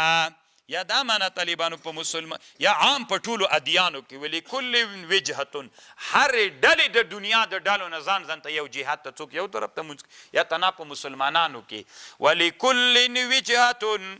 هر طرف د مسلمانانو ته یو جهت څوک د بیت الله شرق څوک جنوب څوک شمال څوک شرق کې پراته دي که نه څوک چې شرق کې پراته دي د بیت الله نه غربي قبله ده څوک چې شمال کې پراته دي جنوبي قبله ده څوک چې جنوب کې پراته دي شمالي قبله ده مونږ کم طرف د دنیا کې پراته یو د بیت الله کم طرف ته یو شرق طرف ته مونږ شرقي دنیا کې پراته یو طالبه ځکه مو قبله غربي ده ان الله على كل شيء قدير فاستبق ولكل وجهة هو موليها فاستبقوا الخيرات اینما تکونو یأتی بکم الله هر چرته چې تاسې یی الله به مو راولي ټول ان الله على كل شيء قدير الله پر شي قادر ده ومن حيث خرجت له حرج نه چې ووتلې فول وجهک شطر المسجد الحرام واړوه مخ دې طرف د مسجد الحرام ته وانه للحق من ربک دا حق د له طرفه د رب نه ده وما الله بغافل عما تعملون نه د الله غافل د تاسې له عملونو نه ومن حيث خرجت فول وجهك شطر المسجد الحرام وحيث ما كنتم فولوا وجوهكم شطره لئلا يكون للناس عليكم حجة چې نسی دی خلقو په تاسې حجت الا الذين ظلموا منهم فلا تخشوهم واخشوني ولأتم نعمتي عليكم ولعلكم تهتدون دا تکرار د دې لپاره راول طالبانو دلته کنه ومن حيث خرج څو تکرار دا تکرار طالبانو جهتونه مختلف دي زید قائم ان زیدا قائم والله ان زیدا لقائم طالبانو بیل بیل راوړل کیږي کنه یو انکار موجود وي یو ډیر انکار موجود یو هیڅ انکار نه موجود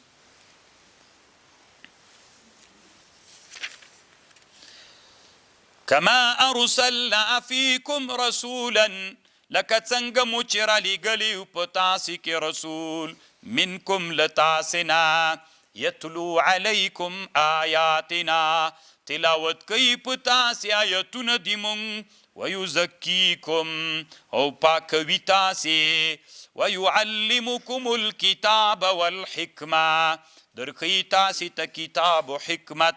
ویعلمکم ما لم تکونوا تعلمون درخی تاسی تا آغا شئی چی تاسی علم پی ندرلود اللہ را لگلی در رسول لتاسینا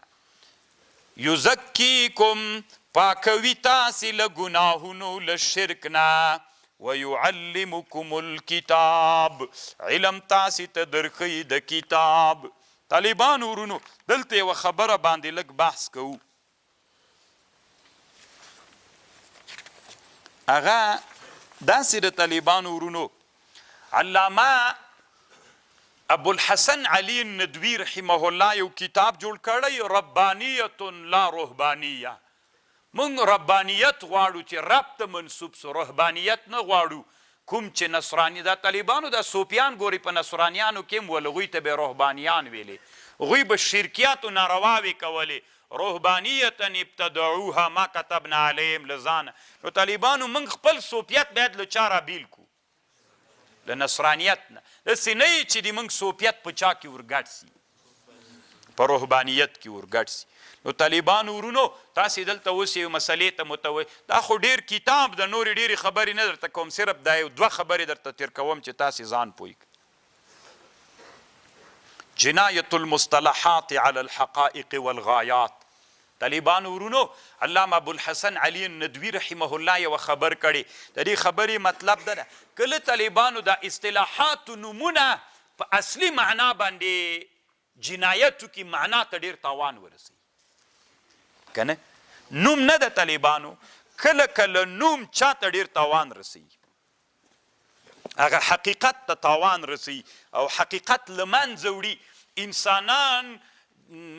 نوم ته فکر کوي چې نوم شتون ونه لري اصطلاح شتون ونه لري بیا وایي حقیقت هم شتون نه لري اوس طالبانو یو علم ده چې هغې ته علم د تصوف وایي دغه تصوف لفظ دا طالبانو د علم د یو علم ده چې هغې کې د انسان تزکیه کیږي دغه علم ته نوم اصطلاح تصوف ویل سوی ده نو دلته طالبانو علما راجیګ سول چې دا علم د رسول الله زمانه کې نه و ولې نه و ځکه تصوف خو له څه شي نه راخیستل سوی ده دا تصوف قرآن کم ټکي کې راغلی حدیث کم ټکي کې راغلی بیخي سته ده نه دا د صحابه او د سلفو زمانه کې نه و نو چې نه و تصوف لفظ نه و نو پس په دې باندې راجیګ څه صحیبه چې بیخي تصوف شته ده نه نو طالبانو علامه ابوالحسن علي الندوي یوه خبر دا کړې ده چې ګورئ دې ته مو فکر وي کله کله د مصطلحات هغه په حقایقو په غایاتو باندې جنایت وکړي. جنایت دا وکړي چې دا اصطلاح نه وي موجوده، دا مصطلحات نه وي په سلف الصالحینو کې موجود، نو زه چې اصطلاح موجوده نه سوله نو دوی غایه او حقیقت نه منکر سي. بیخي سته ده نه داسې علم. چا ویلې چې ستره دا اوس چې مجلس کې کله ناست دي، بله ورځ هم یو مجلس کې علما ډېر ناست، یو عالم ویلي چې بیخي تصوف سته ده نه، نه دا نه پې بیخي صحیح نه دی لیونو. څنګه تصوف نشته؟ طالبانو نوم صحیح ده، منم در سره نوم نسته. حتی د نوم دومره لوی تاوان جوړ کړی طالبانو ورونو، د علم د تزکیې د نفس ته تاوان کړی. څه تاوان یې کړی؟ خلک وایي چې نوم نسته. که ته دا ماته دا نوم قرآن و حدیث کې راوښیه چې نسته د قرآن و حدیث کې، نو علم هم نسته. نو دا جنایت اصطلاح شو. صحیح ده طالبانو ورونو؟ قرآن کې سته، قرآن کې دې ته طالبانو تصوف مقصد شی د طالبانو د انسان باطن پاکول. کما ارسلنا فیکم رسولا منکم، دا رسول علیه السلام الله چې شتا را لېږلی وو، یتلو علیکم آیاتنا، الله وی چې د موږ آیتونه په تاسې تلاوت کی، ویزکیکم او تاسې پاکي له ګناهونو نه، تزکیه مو د نفسونو وکړي، ویعلمکم الکتاب. طالبانو د علم د تزکیې د نفس غایه او مقصد شی ده. تخلا عن الرذائل تحلا بالفضائل. علما وی د علم د تزکیې د نفس 2000 تعریفونه علماو کړي دي، خو جامع تعریف یې دا ده. تخلا عن الرذائل، یو ورې ځان نه څوک لرې که بد شیان، پس لغنه طالبانو تحلا بالفضائل. قرآن تم غوږ سئ. یزکیکم چې تاسې پاک کی، نو پاکوالی ته خلاص وکنه. ناوی طالبانو سړی چې ودوي دا شیان چې پې باندې موښي که نه، دا قسمه قسم، اول یې تخلا کوي بیا یې تحلا کوي، که وار له واره تحلا کوي. تحلا ښایستوالي ته وایي، سپېدې مپېدې سونډې او دا شیان پې باندې موښي. اول څوک کوي؟ اول یې ښه ومینځي، ما خو ویښتان یې ښه ومینځي، بیا پس له هغه نه څوک کوي؟ بیا تحلا کوي. نو انسان به یو وارې خالي کوي له ګناهونو نه، پس له هغه نه به څوک کوي؟ بیا به تحلا کوي. ګوره قرآن ته هم تاسې غوږ سئ. یزکیکم چې تاسې یو وارې پاک کی، پس له پاکوالي نه بیرته مو ډک کی. ویعلمکم الکتابه، دې تاسو ته څوک در زده کي؟ والحکمه ویعلمکم ما لم تکونوا تعلمون. نو طالبانو د علم د تصوف مقصد شی ده. تخلا عن الرذائل، دغه علم ته طالبانو ګورئ اصل مقصد واورئ. تخلا عن الرذائل تحلا بالفضائل، دا څوک ده؟ دا تصوف ده. ها لوی جنایت نوم کړی و، خلکو ویلي نوم نسته ده، نو اصل هم غایه او حقیقت هم نسته ده. ښه نوم څنګ ته کېږده؟ اوس به معنا حقیقت دا ده. تخلا عن الرذائل تحلا بالفضائل، دا څوک ده؟ دا معنا او حقیقت ده. دا قرآن کې سته؟ که قرآن دې نه تعبیر په څه شي کړی ده؟ په تزکیې. یزکیکم ویعلمکم الکتابه. دغه تخلا او تحلا ته قرآن څوک ویلي؟ تزکیه یې ویلې. نو قرآن وایي چې دې علم ته نوم څه ووایه؟ علم د تزکیې د نفس ورته ووایه. طالبانو په خبر خو پوه شولئ که نه؟ حدیث ته به ورسو چې حدیث د علم ته څه وایي. حدیث کې راځي نبی علیه السلام وایي ان تعبد الله. تزکیه دې ته وایي چې ته د الله داسې عبادت وکړه کانک تراه، لکه ته چې الله وینې، که الله تا نه ویني ته داسې د الله عبادت وکړه کانک تراه، ګویا کې چې تی وینې، که تی نه ویني الله خو تا ویني. دا طالبانو تزکیه شوله. د هغه علم سو چې دې ته مونږه په حدیث کې د علم ته څه ویل سول؟ احسان ورته ویل سو. قرآن د علم ته څه ویلې؟ حدیث څه ورته ویلې؟ احسان یې ورته ویلې. نو طالبانو ورونه هغه نوم جنایت جوړ کړی و، نوم چې و هغه یو تاوان جوړ کړی وي. دا نوم په سلفو کې نسته ده او نسته، حقیقت هم نسته ده. که زه پرېږده دا نوم څنګ ته که حقیقت ته راسو. تخلا عن الرذائل، قرآن څه ورته ویلې؟ حدیث څه ورته ویلې؟ احسان یې ورته ویلي. پیدا سو که پیدا نسو نو موږ به داسې تعبیر کوو. دې نه بعد طالبان زه ماته یو داسې عالم راوښیه چې هغه د ما تزکیه د نفس وکړي. داسې یو عالم راوښیه چې هغه په علم د احسان کې ښه مهارت ولري. خبر خو پوهېږ. اوس تاسې طالبانو ورونو داسې مه کوئ چې پیر ته روان سوله چې مشهور و بس تاسې منډې شروع کړه. کوشش به په دې باندې کوئ چې یو وارې ښه داسې ولټئ دا یو علم د تزکیه د نفس. دا علم کې د څومره اندازه که درته مهارت لري ورسره کښېنه اصطلاحاتو پوښتنه ترې وکړه څومره معلومات لري نو که دی په او بو نه یې پوه او ته وایي چې زه والله تا نه شاګردي کوم. ته چې دا مرید کېږي مرید څه معنا شاګرد چې د تا تزکیه وکړي. زه تاسې نه یوه ښه پوښتنه کوم. صحابه رضی الله عنهم طالبانو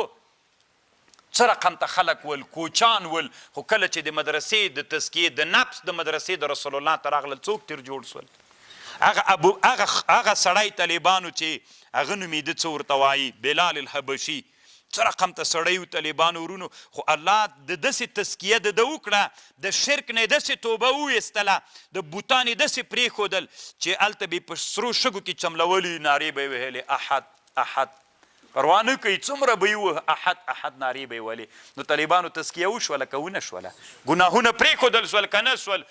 کله چې صحابو رضی الله عنهم ته د شرابو د حرمت حکم راغی د مدینې کوڅې د شرابو له بوتلو له شرابو نه بیالې روانې سوې که روانې نه سولې دا تزکیه وه که بل شی؟ نو تم چې یو عالم چې د دې دعوه کوله چې زه علم د تزکیه د نفس والا یم ورسه ته دغه شاګرد سه خو چې تا کې خو تزکیه راسي که نه بدلون خو در کې راسي که نه. اوس چې تاسې د ما مدرسې ته راغلي که علمي لوړتیا کې مو هغه نه راتللی دا یوه ورځ چې لا سم سبق ونه ویل سي داسې مو پزې جګې نیولي غوندې که نه خوند نه درته درکوي. نو خو زه دې ته حیرانه یم چې بیا خو علم د تزکیې د نفس هم یو علم ده. نو په ته خو په ځان کې فکر وکړه چې زه ځان تزکیه کومه. نو په ما کې د پیر څومره بدلون راوستلی ده چې بدلون صفر اندازې ته ته صرف دې ته خوشحاله یې چې والله زه خو همدغه کتاب کې طالبانو له هغه نه نقل کړی ده څه ورته وایي له امام مصنوي نه نقل کړی داسې په تخیلي دنیا کې یوه خبر کړی وایي زه یو ورځ د شپې راووتلم چې راووتلې بیا دې څنګه وکړل بیا مې داسې چالو کړ چراغ وایي باندې راووتلم امام مصنوي وایي یو سپین ږیری سړی و په بازار کې ګرځي د لمپه نه ده مخکې خو لمپې ولې لیدلې مې لمپې وایي دا ورسره وله وایي د بازار په کنجونو کې ګرځېده وی ما ورته ویلي څه شی کوي چې ګرځې وي سړی لټومه وی ما ورته ویلي ټول بازار له سړیو ډک ته دی په دې کنجو کې ګرځېده تیاره تیارو ما ته ویلي وي سړی لټوم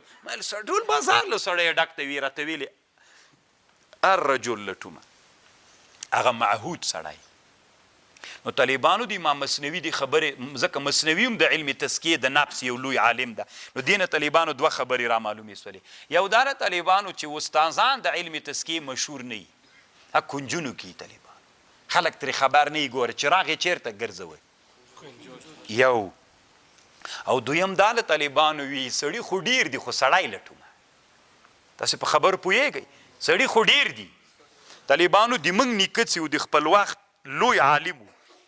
نو والد رحمه الله به ویلي دا د کبر علامه نه د طالبانو ځکه ټول وخت یې د الله دین کې تېر کړي نو د یوه لویه نیکبختي دا وه چې الله ټول زمن ورته علما ګرځولي ول. نو ویلي چې ما اوس نه طالبانو د انقلاب نه مخکې چې زه د یو چا مرید سم او تزکیه د نفس وکړم وي چې څومره فکر مې وکړ استاذ د علم تزکیه د نفس اوس تاسې پیر ورته وایي دا به مې چې چا راته ویلي چې په پلان کیجي کې ده نو هغه به مې قرآن و حدیث ته پیش کړه چې پیش به مې که طالبانو هغه به د قرآن و د حدیث نه خلاف نو ما ویلي چې د خپل ځان کې اصلاح نه ده راوستلې ما کې به څنګه اصلاح راولي.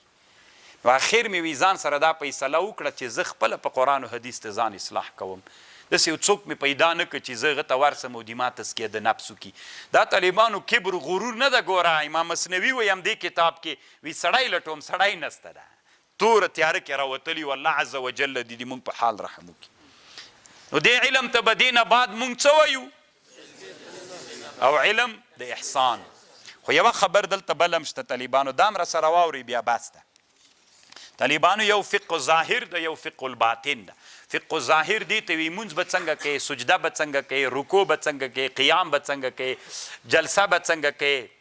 قومه به څنګه کوي. دې احکام چې زده کېږي دې ته څه وایي؟ دې ته فقه الظاهر وایي. یو فقه الباطن د طالبانو. فقه الباطن دې ته وایي چې یو سړی د هغه باطني صفات چې په سړي کې دي،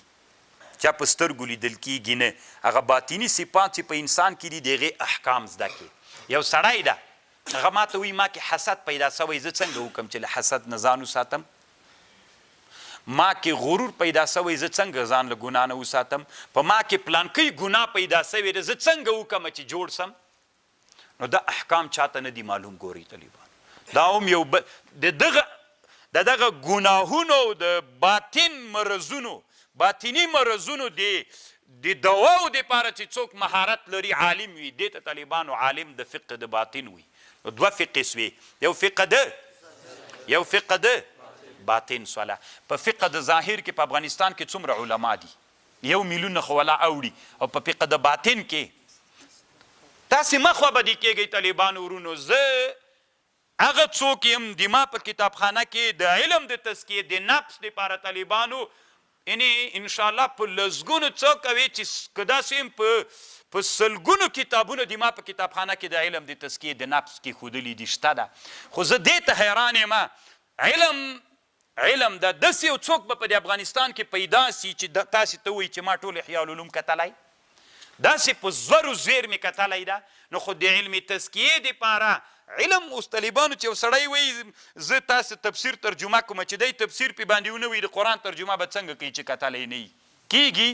نو خو ته ولې د دې دعوه کوي چې زه علم د تزکیې عالم یم، د تاسې تزکیه کوم او تا احیا العلوم نه ده کتلی؟ احیاء العلوم د اسلامي امت دپاره په علم د تزکیې کې اولینی کتاب د بیا څوک یې وګوري. ته یې ما ته راوښیي هغه مولي صاحب د راسي چې ووایي چې ما احیاء العلوم له دې جې نه تر دغه جې پورې ټول کتلی ده. او بیا صاحبه زه علم د تزکیې د نفس ته ولاکه پې باندې پوه شي. اصطلاحات خو څه کوي؟ رساله قشیري د عبدالکریم ابن حوزان د کتلی ده، کم کتاب د علماو منازل السائرین د کتلی ده، مدارج السالکین د کتلی ده، کم کتاب د په مدرسه کې ویلی ده. اوس دوی داسې نارې وهي وي دا بعضې ملیان راوتلي تصوف و تزکیه نه مني خو یې ته نه، موږ یې څنګه نه منو؟ موږ طالبانو زه خپله دا غوښتنه کوم، مرتن بعد اخرى دا غوښتنه کوم چې د افغانستان په نصاب کې د افغانستان خلک چې دی علم د تزکیې ته ډېر ضرورت لري، دا علم د انسانانو اصلاح کېږي. یو کتاب په دې نصاب کې علم د تزکیې راوړی. صحیح ده؟ دلته مو چې راوړ نو طالبان به علم د تزکیې وپېژني، هدف به یې وزني، خو دوی پوهېږي نه راوړي. د دې په خاطر یې نه راوړي که دغه کتاب تاسې رواج کړئ، که د دې پیرانو بیا څوک مریدان سول، دغه قسم په الله کې مریدان سي، ځکه چې دی پوه سي چې علم د تزکیې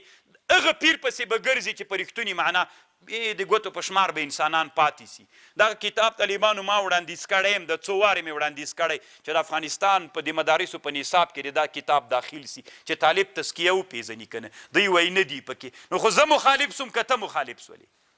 ما د دې غوښتنه کړې چې د مجدد الفسانی رحمه الله مکتوبات دي په مدرسو کې د درس په جای باندې څنګه قاضي حمدالله پکې سته، د میبزي سته پکې، صدرا سته پکې، د نحوې 200 کتابه سته. خو نو چې ته وایې چې د افغانستان خلک د علم تزکیې د نفس خلک دي، نو یو کتاب موږ په نصاب کې لرو، خو تاسې راوړئ هغه کتاب تاسې راوړئ، ولې نه راوړئ؟ نو خو چې نه راوړئ زه یې مخالف یم که ته یې مخالف یې؟ ته یې ځکه مخالف یې د کتاب چې دا کتاب درسن څه رقم ته وویل سي، بیا ته پوهېږې چې پوهې دا خو ولا داسې خبر ده، بیا یې دوی هغه مایان څنګه کېږي چې نیولې بیا طالبانو له منځه ځي، چرګانې له منځه ځي، بیا داسې په خبر پوهېږئ. خو دا ارمان مو پوره کېږي، خوا مه بدوئ. یو ورځ به یې واورئ چې د افغانستان په دیني مدارسو کې علم تصوف یا دا یا بل یو کتاب د مدرسې ته راغی د علم تزکیې د نفس رواج سو، بیا به طالبان ځتې پوه سي، بیا طالب ولاکه وګډېږي، بیا طالب ولاکه داسې بې علمه سړي ته ورسي چې هغه خپله قدرونه ویزده او خلک ترنه مریدان کېږي. نو بیا به طالبانو انسانان په دې باندې پوه سي چې تزکیه د نفس ته منو یې که یې نه منو د علم څه ورته وایي؟ قرآن آفرین. حدیث څه ورته وایي؟ علما د فقه څه ورته وایي؟ فقه الباطن ورته وایي. طالبانو موږ یې منو، خو د علم په مرتبه کې منو، اتا د خواهشاتو په مرتبه کې نه منو، د علم په مرتبه کې منو.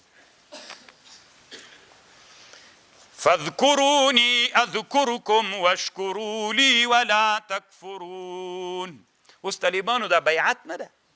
د تصوف کې چې کوم بیعت ته، دا بیعت داسې ده، یعنی دا قسم و کلک عهد کول دي چې زه به بیا دا ګناهونه نه کوم. که پیر چې خپله دغه ګناهونه کوي بې معنه دی چې شي عهد اخلي. تاسې په خبر پوهېږئ، یو سړی د طالبانو په جهاد نه کوي، د جهاد مخالف ده، او ته ورځې له هغه سره د جهاد بیعت کوي چې زه جهاد کوم. دا بیعت تاسې کو؟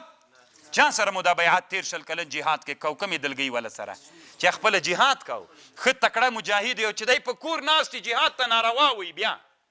هغه سره خو نه کو. نو خو پیر کې هم طالبانو لږ داسې ورته وایي زه به دا ګناه نه کوم، زه به دا ګناه نه کوم. د بیعت اصل کې دا عهد کلک چې زه به دا ګناهونه پرېږدم. نو چې پرېږدم یې خپله پیر چې له هغه ګناهونو نه ډکي، بیا ما نه دي چې قسم اخلي. ته خپله نو د ما اصلاح به ته څنګه وکړې؟ چې ما نحو نه زده زه به تا ته چی نحو در وښیم، چې ما تفسیر نه زده زه به تا ته چی تفسیر در وښیم. نو طالبانو الله دې وکړي چې هوښیار سیه،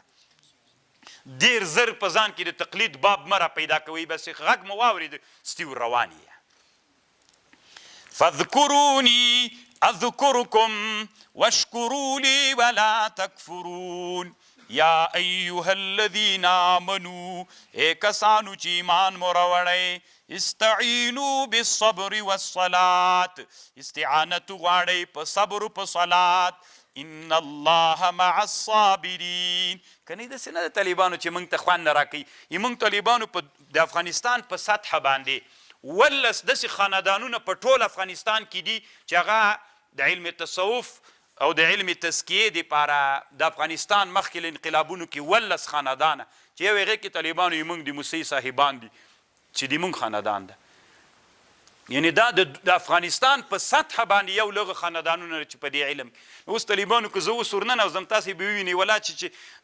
دا باب خو که در خلاص کړم زه خو پوهېږم په دې باندې چې لږ داسې درته وزاړمه که نه، یو څو داسې علمي او دروغ هم در باندې ومنمه که نه، ولا داسې نادر مریدان مې صحیح که نه چې زار ته روان یم تاسې به دلته غورېږئ که نه. خو زه نه وایم چې او زه په دې پوهېږم طالبانو په دغه باب کې یوه بله ګټه دا ده چې اوس دغه شاګرد دی چې تا ته به یې سترګې نیولي کړي او 2 روپۍ راکړي، چې همدغه طالب دی مرید سي چې دا ستړي مه سي سر وکړي سلګون درکړي جب کې به یې هم واچوئ، ګټه مې هم ډېره در نه کېږي. خو نه طالبانو دا ګټه مو نه ده، مقصد مو دا ده چې الله دین انسانانو ته څوک سي. کله کله بعضې ملګري راته وایي داسې ګپ را سره وي دا پیري دې م شروع کړی وای که نه مې زه اوس هم پیر یم که نه. پیر خدا معنا چې انسانان تربیت کې، نو الله عز وجل دی الله ما تربیت کې، بیا دی انسانان د موږ په لاس تربیت کی. فاذکرونی اذکرکم واشکروا لی ولا تکفرون. یا ایها الذین آمنوا استعینوا بالصبر والصلاة ان الله مع الصابرین. ولا تقولوا لمن يقتل في سبيل الله. موایي دغه چا دپاره چې ووژل سي په لار د الله کې مړه مه ورته وایئ بل احیاء بلکې دوی ژوندي دي ولکن لا تشعرون لکن تاسې نه پوهیږئ. طالبان شهیدان مړه دي که ژوندي دي؟ قرآن وایي شهیدان څوک دي؟ یوه رایه روح المانی دلته داسې نقل کړې. روح المانی وایي دا ژوند د شهیدانو دا حقیقي ژوند ده که حکمي ژوند ده؟ نو دی وایي دا حقیقي ژوند ده، حکمي نه ده، حقیقتا ژوند ده. دا یوه خبر ده. او دویمه خبر طالبانو روح المانی داسې کړې ده چې دا هم بیخي نادره خبر روح المانی کړې ده. روح المانی وایي کله چې انسان مړ سي، کله چې انسان مړ سي نو انسان دغه بدن د انسان ختمیږي، دا له منځه لاړ. چې انسان بیرته راژوندی کېږي دغه بدن یې راژوندی کېږي که بل بدن؟ دی وایي دا بدن ذاتي لاړ له منځه، بل بدن راژوندی. هغه بدن هم عین لکه دا بدن داسې ده، د ده دا روح په هغه بدن کې ننوځي، هغه بدن راژوندی کېږي. دا طالبانو د روح المانی رایه ده. الله علم طالبانو اکثر علما وی لکه تفسیر مظهری و نور علما خو بیا داسې وایي چې نه څوک راژوندی کیږي همدغه بدن بیرته راژوندی کیږي اما علامه شهاب الدین الوسی رحمه الله وی چې نه دا بل بدن راژوندی کیږي روح په بل بدن کې ننوځي هغه بل بدن چې دا طالبان ورونه هغه عین داسې ده لکه څوک غوندې صورت و شکل یې ټول لکه داسې ده لکه دغه بدن غوندې او یا داسې کیږي طالبان ورونو چې دا راژوندی کیږي بیرته دا ژوندوالی دا معنا ده دا روح د ده متجسد کیږي روح یې دا روح ته الله د دې قدرت ورکړی چې دا تجسد مختار کی یعنی متجسد سی جسد ترنه جوړ سی داسې کیدلی سی روح یې دا ترنه مطلب ده دی وی طالبانو حیات د همدغه جسد رمیم دا هم بعید نه ده خو ضرورت نسته ورته وی عجیب نادری طالبانو روهباني دلته کړي دي که نه دی وی چې دا کوم بدن د انسان چې مړ سو دا بدن یې خاورې سو خاورې سو دا بدن دی وی چې دا بدن یې ورې خاورې سو دا روح اوس بیرته په همدغه بدن کې ننوځي وي دا هم بعیده نه ده کیدلی سي خو وی څه ضرورت ده دې ته دا وی زوړ سوی ده حتی یوه خبر کوي طالبانو دا بیخي ډېره نادره ده وما یحکا من مشاهدتي وی بعضې خلک وایي چې پلانکي کې شهید سوی و شهید اوس هم وینې ترنه رابهېدلې سمې داسې جروغ جوړو وی دا خبرې د حیان ابن بیان قیسې دي وما هو الا حدیث خرافه وکلام یشهد على مصدقیه تقدیم الصخافه دی دا نه مني طالبانو ورونو وي داسې له ځانه خبرې دي وي ژوند چې کوم ژوند راغلی هغه بل ژوند ده دا ژوند نه ده طالبانو نو طالبانو د حدیثو په مشهورو کتابونو کې دا سته ده چې د احد شهیدان چې شهیدان سوي ول 6 میاشتې بعد بیا څو 40 کاله بعد بیا طالبانو هغه زخمونو نه وینې بهېدلې والله اعلم طالبانو ورونو خو د ده دا رایه ده د روهباني تحقیق ته ضرورت سته طالبانو بیا دا جای مو چې کته نو زر داسې نه کنو چې دا چاقو دې په بډه وهلې پسې راواخلې علم باندې تحقیق وکړه وړاندې لاړ څه یو لوی سړی چې یوه خبره کوي خامخا طالبانو څه شتون لري نو زر به طالبانو خوشکې مشکې نه کوئ ځکه علم ته چې راځئ تحقیق به اورئ د چا خبر به اورئ زر به طالبانو په بډه باندې مانچه نه راباسي که نه دلته څه خبرې شته طالبانو تاسو په خبر پوه شولئ که نه زه به یوه خبر درته وکم طالبانو بیا خبر درته کوم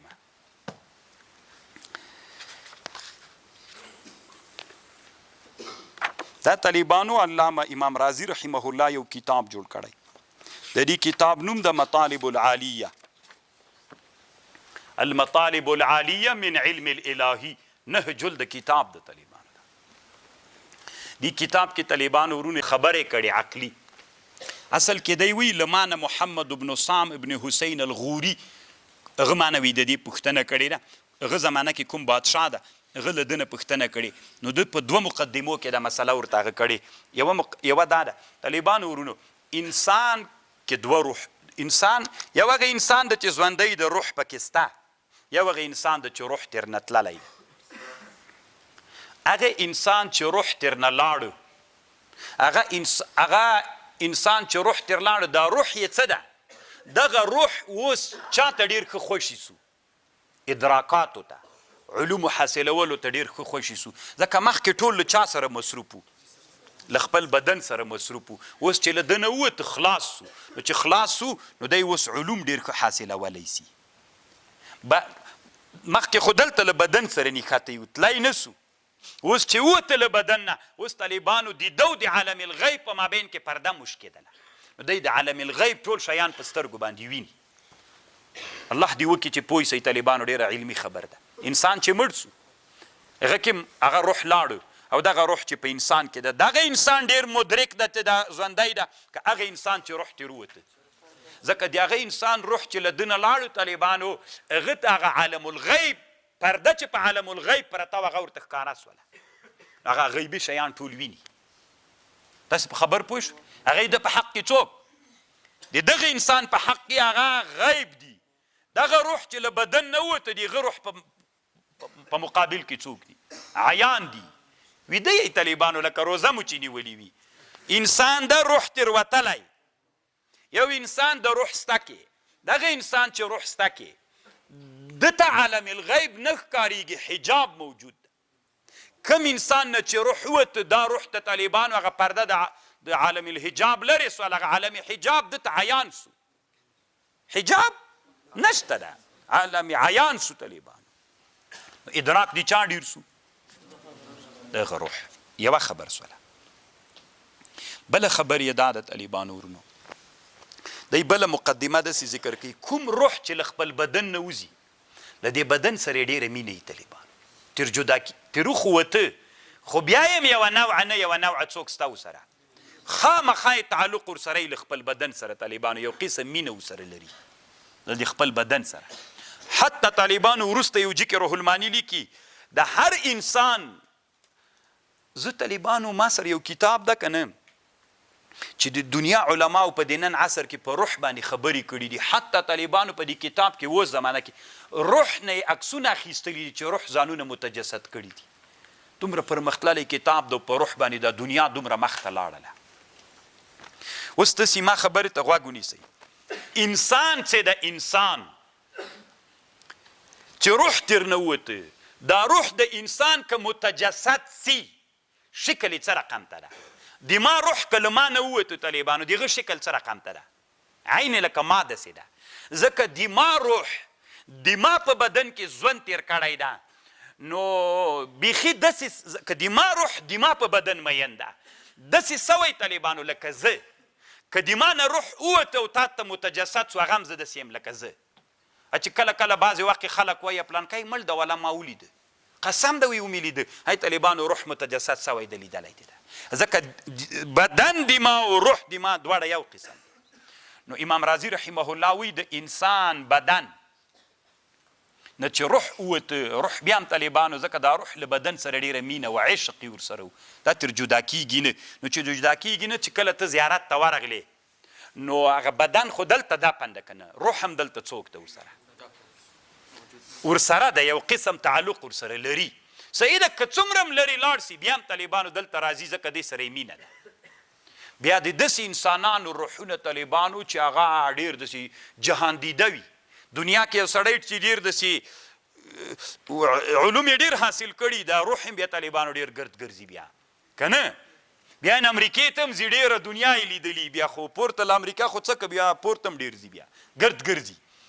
هغه بل بیا بې زړی په دنیا کې نه یې ګردا بیا همداسې وي وګرځي نو کله چې ته زیارت ته ورغللې یو چا زیارت ته ورغلی د یو لوی عالم زیارت ته ورغلی هلته چې لږ کېناستلې د هغه قبر سره داسې کېناستلې نو دلته طالبانو یو قسم بیا تعلق راځي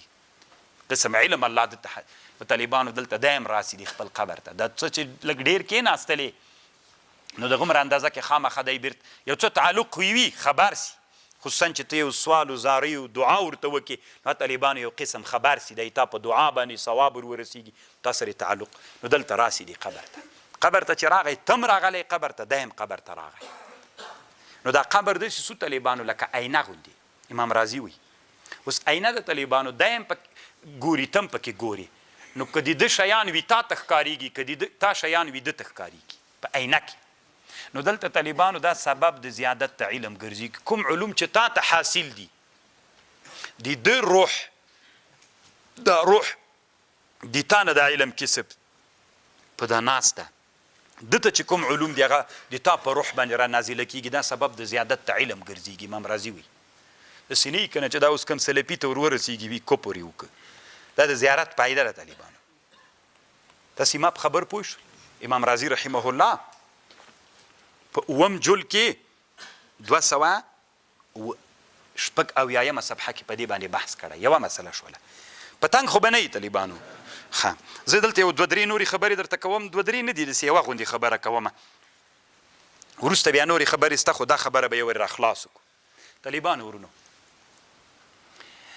دا انسان چې ځان ته وایي زه دا زه څه شی ده دا د زه مرجع څه شی ده دا د انا مرجع څه شی ده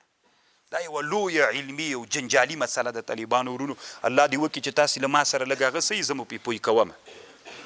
زه چې وړکی یم هم زه وم او زه چې بیا بالغ سوم زه وم زه بیا چې ځوان سوم زه وم او زه چې بیا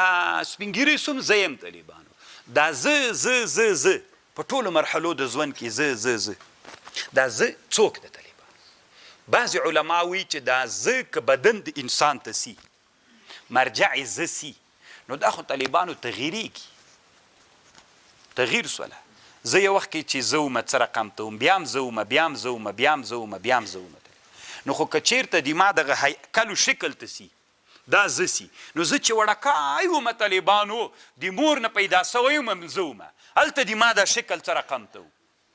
که نه بیا چې زه سپینګیری سومه زه بیا څه رقم ته سوم نو که هغلته زه وای نو بیا طالبانو دا اوس بیا زه نه وای زه که اوس زه وای چې سپینګیری سم بیا زه باید زه نه وای نو پوهېږئ خو دا که نه پوهېږئ طالبانو زه ما اول درته ویلي ول چې داسې څوک باید دلته راسي چې په خبر پوه سي نو بعضې علما وایي چې دا زه چې ده طالبانو دا زه نه یمه دغه زه خبر پوهېږئ که نه دا زه نه یمه زه چې دا اصل کې طالبانو دلته دوه خبرې دي دواړه خبرې واورئ طالبانو په یوه خبر باندې بیا فیصله کوو زه چې یم طالبانو بعضې علما وایي د دما بدن څه د طالبانو دغه غوښې هډوکي دلته دما په بدن کې داسې اجزاوې دي داسې وړې وړې اجزاوې دي چې هغه وړې وړې اجزاوې هېڅ تغییریږي نه که زه وړکی یم که زه ځوان سم که زه بیا ځوان سم همداسې تر اخر د ژونده پورې دا اجزا بدلیږي نه صحیح ده دما بدن کې تغییر راغی زه له نن نه 10 کاله مخکې څه رقم ته وم 10 کاله بعد به بیا څه رقم ته یمه فرق کوي خو دلته انسان کې داسې وړې اجزاوې دي چې هغه اجزا تغییر نه کوي اصل کې زه هغه یمه هغه اجزاوې زه یمه انا زه طالبانو هغه اجزا یمه دا یوه رایه ده تاسې په خبر باندې پوه شولئ نو دوی اصل کې وایي چې دغه اجسام متماثل دي لسائر الاجسام فتلك الاجزاء هي التي يشير اليها كل احد بقوله انا نه پوهېږم چې تاسې پوه شوئ که نه ګوره طالبانو زه څه د زه انا دا زه یمه د ما هیکل نو د ما هیکل خو طالبانو هلته هم زه ومه چې وړکی ومه بیا چې راغټ سوم هم زه ومه بیا هم زه یم بیا نو زه خو بدلیږم دا زه څنګه نه بدلیږم نو خو دې نه معلومیږي چې دا زه نه یم خبر پوهېږئ نو اوس طالبانو یوه رایه د علماو دا د دما په دې بدن کې داسې اجزاوې دي چې هغه نه بدلیږي که زه وړکی یم که زه غټ سم که زه بالغ سم که زه سپینګیری سم هغه اجزا هېڅ نه بدلیږي اصل کې د انا زه هماغه یمه پوه شولئ دا لرې که طالبانو دا هم چندان خبره نه ده بله خبره واورئ بله خبر دا ده چې دا د متکلفینو رایه د امام رازي وایي بله رایه داسې د طالبانو په اجسامو کې یو دا زه چې یم طالبانو دا انا چې هر وخت کې زه یم هېڅ بدلیږم نه یو خو دما هیکل د دا بدلیږي یو زه یم طالبانو دما په دې بدن کې یو دما بدن ده یو دما له بدن نه بغیر زه یمه څه خوند کوي طالبانو علم یو دما بدن ده یو دما په بدن کې زه یمه هغه زه یو جسم د طالبانو نورانی جسم ده هغه په ما کې داسې حلول کړی لکه په اور په سکروټه کې چې اور ده که نه او په بوټي کې چې هغه چې بوټی ژوندی ساتلی ده یو جسم د طالبانو دا جسم حقیقت د دغه جسم دا زه څه د طالبانو زه اصل کې یو جسم ده داسې جسم ده چې هغه له دغه جسم نه چې دا زه پکې یمه له دغه جسم نه دغه جسم مغایر ده د حقیقتو د ماهیت په لحاظ مغایر ده دا زه چې یم دا داسې یو جسم ده چې دا جسم نورانی ده او دا زه چې کوم بدن کې یمه دا یو بل حقیقت ده یو بل جسم ده داسې جسم ده چې هغه جسم طالبانو بیا ظلمانی ده نو زه دوه سوم طالبانو یو زه یمه دا داسې یو ماهیت د طالبانو چې بدلیږي دا داسې یو ماهیت ته چې ظلمانی ده یو هغه زه یمه چې زه بیا په دا زه کې یمه دغه زه طالبانو دا داسې یو جسماني عنصر ده یو حقیقت و ماهیت ده چې هغه ماهیت و حقیقت نه بدلیږي طالبانو نه بدلیږي خو زه دوه سومه طالبانو یو زه هغه یم چې په ده کې یم یو زه هغه یم چې بل میزان کې حاوي کړی د طالبانو دوه زه سومه نو دغه زه دا یو جسم ده حقیقت مغایر ده نورانی ده داسې زه ده چې لکه په سکروټه کې اور څه ده او یو هغه زه ده چې هغه بل حقیقت ده جسم ده نورانی نه د طالبانو ظلمانی ده اصلي زه هغه طالبانو هغه نورانی جسم چې حقیقت له دې ظلمانی جسم نه بدل ده هغه اصل کې زه یم چې هغه عبارت ده له روح نه خبر پویس ځکه دا زه طالبانو تغییر سوی نه یم زه چې یم طالبانو دوه زه یم یو زه داسې یم وړکی ومه غټ سومه بل رقم ته سومه تر مرګه لاړله مړم سومه زه خو یو زه داسې زه یم چې نه یم مړ سوی له اول نه م زه ومه بیا م زه یم بیا م زه یم بیا چې دا بل زه مړ سمه دا بل زه بیا ژوندی یم ټول عمر زه نه مړ کېږم زه یم پوهېږئ که نه پوهېږئ طالبانو اوس مو زه وپېژندلم ما تاسو ته طالبانو مخکې مې یوه خبره کړې وه د نن عصر دنیا وي انسان تر اوسه هم چا نه ده انسان تر اوسه هم خپل ځان نه ده پېژندلی تاسې خپل ځان پېژنئ چې زه څوک یم زه دوه سومه ګورئ یو زه نه ومه بیا زه پیدا سومه بیا زه غټ سومه بیا زه ځوان سومه بیا زه سپینګیری سومه بیا زه مړ سومه بل زه طالبانو داسې زه ومه زه چې نه ومه پیدا هم زه ومه ګورئ بیا زه راتلم طالبانو راتلم دا زه هېڅ تغییر په دغه زه کې په ما زه کې نه راتله دا هغه زه چې مړ سو زه بیا هم ژوندی ومه خو روح پاتې ده که نه اصل چې د انا ضمیر راجع کېږي دا چاته ده دا روح د طالبانو زه ما نه څوک مراد ده دا زه انا نه څوک مراد ده روح مراد د طالبانو د یو جسم ده الله دې وکړي چې په خبر باندې پوه شوي یئ نو داسې مې یوه زه به درته وغږوله طالبانو خو لږ انتظار وکړئ ورخطا کېږئ مه اوس دلته طالبانو مختار کم یو ده زه چې مړ سوم طالبانو زه چې مړ سوم دغه زه دا زه چې مړ سوم اوس تا څه فکر کوه اوس طالبانو یو طالب د ما داسې ووهي خوږېږم که نه په چاقو مې ووهي په ستن مې ووهي زه خوږېږم که نه خوږېږم خو زه چې مړ سوم طالبانو اوس تاسې داسې فکر کوئ چې اصل کې زه وخوږېدلم طالبانو دا بدن مې وخوږېده اصل کې روح خوږېدلی ځکه زه تاسو ته یو خبر کوم که زه مړ سوم دا بدن مې مړ سو پس له ما نه طالبانو د ما روح هغه غمجن کېږي خوشحالېږي ما له ځانه ولې خبرې کوئ تاسو قرآن و حدیث ته لاړ سئ څه وایي درته روح خوشحاله کېږي او روح ته تعلم درد رسیږي نو چې درد ورته رسېده طالبانو له خو دې نه معلومه ده چې یو چا ته تعلم و درد لذت و دا شیان څنګه کېږي رسیږي ورته نو خو دې نه معلومه سوله چې دا ځان ته یو څوک ده یو جسم ده ځکه چې زه مړم سوم طالبانو زه بیا هم خوشحالېدلم او خفه کېدلم نو دا زه خو خاورې سومه هغه زه بیا هم طالبانو خوشحالېدمه خفه کېدلمه هر رقم ته حالتونه ما ته رسېدل نو خو دې نه معلومه سوله طالبانو ورونو چې دغه زه له هغه بل زه نه مغایر ده دا یو بیل حقیقت ده هغه بیل حقیقت ده دا حقیقت جسم د طالبانو هغه حقیقت روح ده پوه شولې په خبره نو دلته امام رازي رحمه الله لیکلي دي چې د روح معنا یې کړې ده بل احیاء عند ربهم یرزقون بل احیاء عند ربهم یرزقون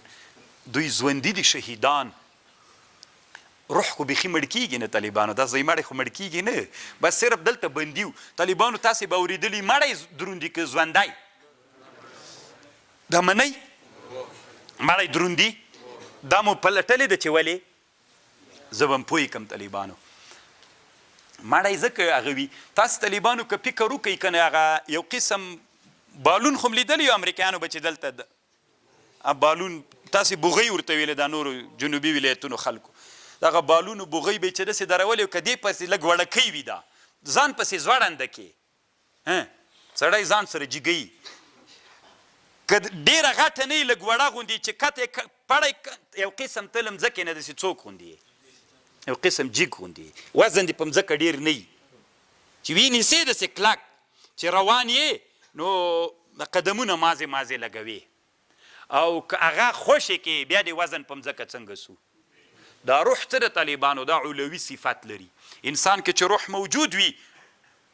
نو دا روح غواړي چې پورته لاړ شي غواړي چې پورته لاړ شي خو تا کې نښته یې داسې پرېږدي نه چې پورته لاړ شي نو یو قسم د ده رجع دا د لکه اور ګوره طبیعت یې دا د پورته ځي د روح طبیعت طالبانو علوي ده او د چا طبیعت د جسم طبیعت طالبانو سفلوي ده دا یې داسې کشکاږي هغه یې پورته کشکاږي نو یو قسم د روح د انسان وزن کم کړی په مځکه ځکه یو څه علوي صفت تک پورته کش کوي کله چې تر نوته د انسان ټول وزن په مځکه راسي نو ځکه طالبانو انسان څوک ده نه پوهېږم چې تاسې پوه سوئ که نه سولئ پوه طالبانو علما وی انسان چې کله تلاوت د قرآن کوي داسې خوري ولې که نه داسې حرکت پکې راسي نو علما وی کله چې د انسان د قرآن تلاوت کوي نو بیا داسې سي د روحانیت په انسان باندې غالب سي دا داسې روحانیت په غالب سي انسان داسې تجرد حالت ته لاسي له مادې نه وځي نو چې له مادې نه ووته نو د انسان نیمایي طرف طالبانو دا یو قسم مجرد دا خو مادي یو قسم داسې نورانیت پکې پیدا سي د قرآن دی وجې نه چې نورانیت پکې پیدا سو ستي طالبانو غواړي چې وخیزي پورته وخیزي صعود وکي خو کته دا نور له نامه نه کته طالبانو دا کې نورانیت نشته ده چې نورانیت نشته ده دا روح تر هغه پورې تړلی ده لکه که تاسې فکر کړي یو قسم پخوانۍ دي د بوغیانې چې دا ګاز پکې واچوي او بیا یې تار باندې وتړي مځکه پورې کې هغه داسې خورېږي لکه غواړي چې پورته لاړه سي خو دلته تار پورې تړلی د تګ نسي کولی ځکه انسان داسې په حرکت راځي د حرکت ګورې غیر اختیاري وي تاسې په خبر پوهېږئ علم را ژوندی کوي طالبانو علامه امام رازي رحمه الله په مطالب العالیه کې هم په دې مسئله باندې څوک کړی ده بحث یې کړی د 14 صفحه د طالبانو ورونو دی همدلته همدغه خبر کوي ډېر اقوال نقل کوي عین همدغه خبرې چې دلته په تفسیري کبیر کې کړي دلته هم کړې ده خو طالبانو ورونو الله مو علما که وعده به کوي داسې نه د هر کتاب په خپل میدان کې ماته یو طالب وي یو ښه کتاب راوښي هر کتاب طالبانو ولا که بد وي خو ته به ستړي تېروې ما ته ووایه چې ته مدرسې ته راغلی مقصد دې څه شی ده که دا دې مقصد چې بله ورځ ته وزیر سم او یا خان سم او یا بل شی سم بیا داسې وکړه قربانو بیا لاړ څه خیر ده بل کار وکړه نو علم که رښتیانا د علم ته مقصد بیا ډېره ستړي غواړي دا علم دی نه به ډېر تکلیفونه په ځان راولي او که داسې چل وي چې رښتیانی د علم ته مقصد وي بیا که وږی وي که خان ولي که غریب ولي که هر رقم ته ولي دا دومره غم نه در باندې راتله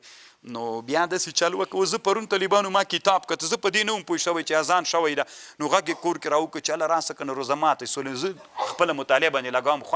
وږی بیخي دا اوس زه الله دې پاره درته یم زه بیخي په دې پوهېږم نه چې زه وږی نه یم طالبانو کنې زه پیشلمی نه کوم طالبانو ځکه اکثره وخت هغې وي وخت نه راته برابرېږي پیشلمی خوا مې هم نه وي باندې بعد ځکه دا مې مقصد دی چې داسې باک نه راباندې انشاءالله کوي کنې پیشلمی مستحب کار د طالبانو باید وسي یعنی مقصد دا نه چې علم ته ځان وقف کوئ بیا سر له اوسه دا زړه کې محکمه کوي او که داسې وي ته به وي چې بیا بله ورځ ته که هغه صاحب څومره څه ورته وایي رئیس صاحب څومره بیا طالبانو علم پرېږده سر له اوسه یې پرېږده ولنبلونکم بشیء من الخوف ولنبلونکم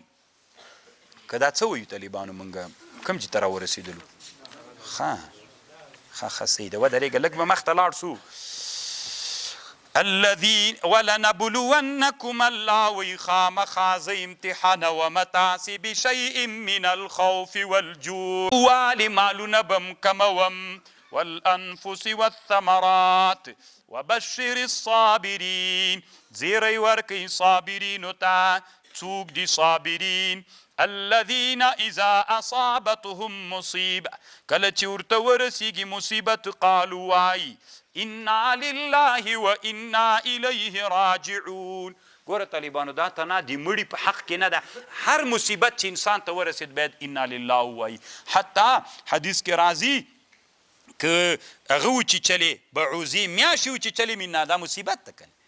او که د تا د څپلۍ بند وشکېده که چراغ ګل سو برق لاړو انا لله به وایې دا طالبانو مستحب سنت ده مونږ یې وایو دغسې خو چې ناست انا لله سړي خلکو به زړه وځي چې دا څه پیښه وشوله ځکه دوی فکر کوي چې دا تنا په همدغه وخت کې ویل کېږي او دا د دې امت خصوصیت په طالبانو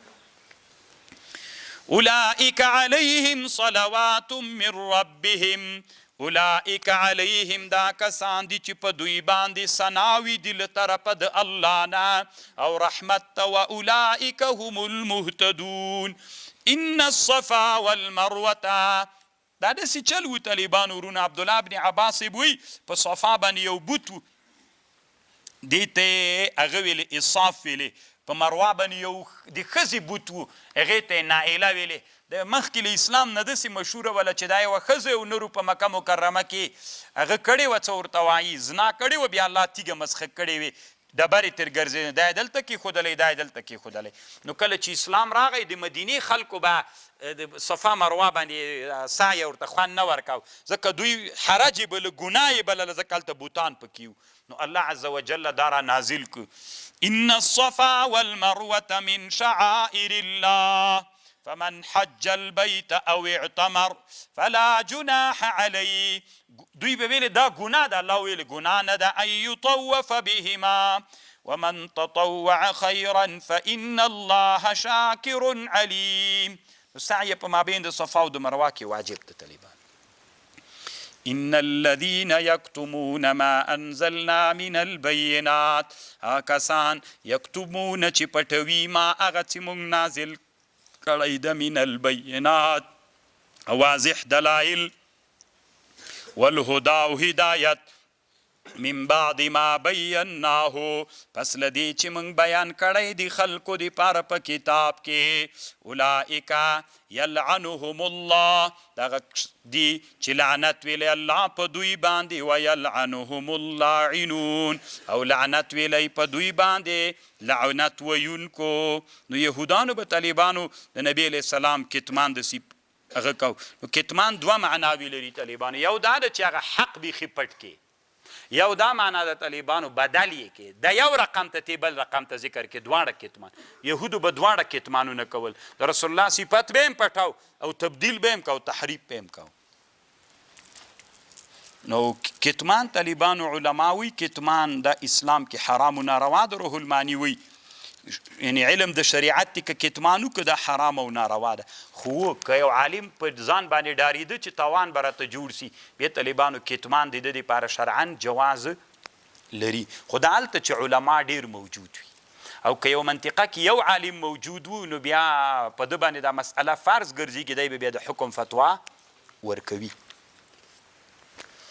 الا الذين تابوا واصلحوا مگر هغه کسان چې توبه وباسي وګرځېږي له کتمان او صلح وکړي وبینوا او بیان وکړي خلکو ته دا مسله ووایي فاولئک دغه کسان چې دي اتوب علیهم الله وی زه توبه پې نازلوم بخښنه ورته کوم وانا التواب الرحیم ان الذین کفروا کسان چې کافر دي وماتوا مړه سي او دوی کافران وي اولئک علیهم اللعنه اولئک علیهم لعنة الله والملائکة والناس اجمعین خالدین فیها همیشه به دوی په دې لعنت کې لا یخفف عنهم العذاب ولا هم ينظرون وإلهكم إله واحد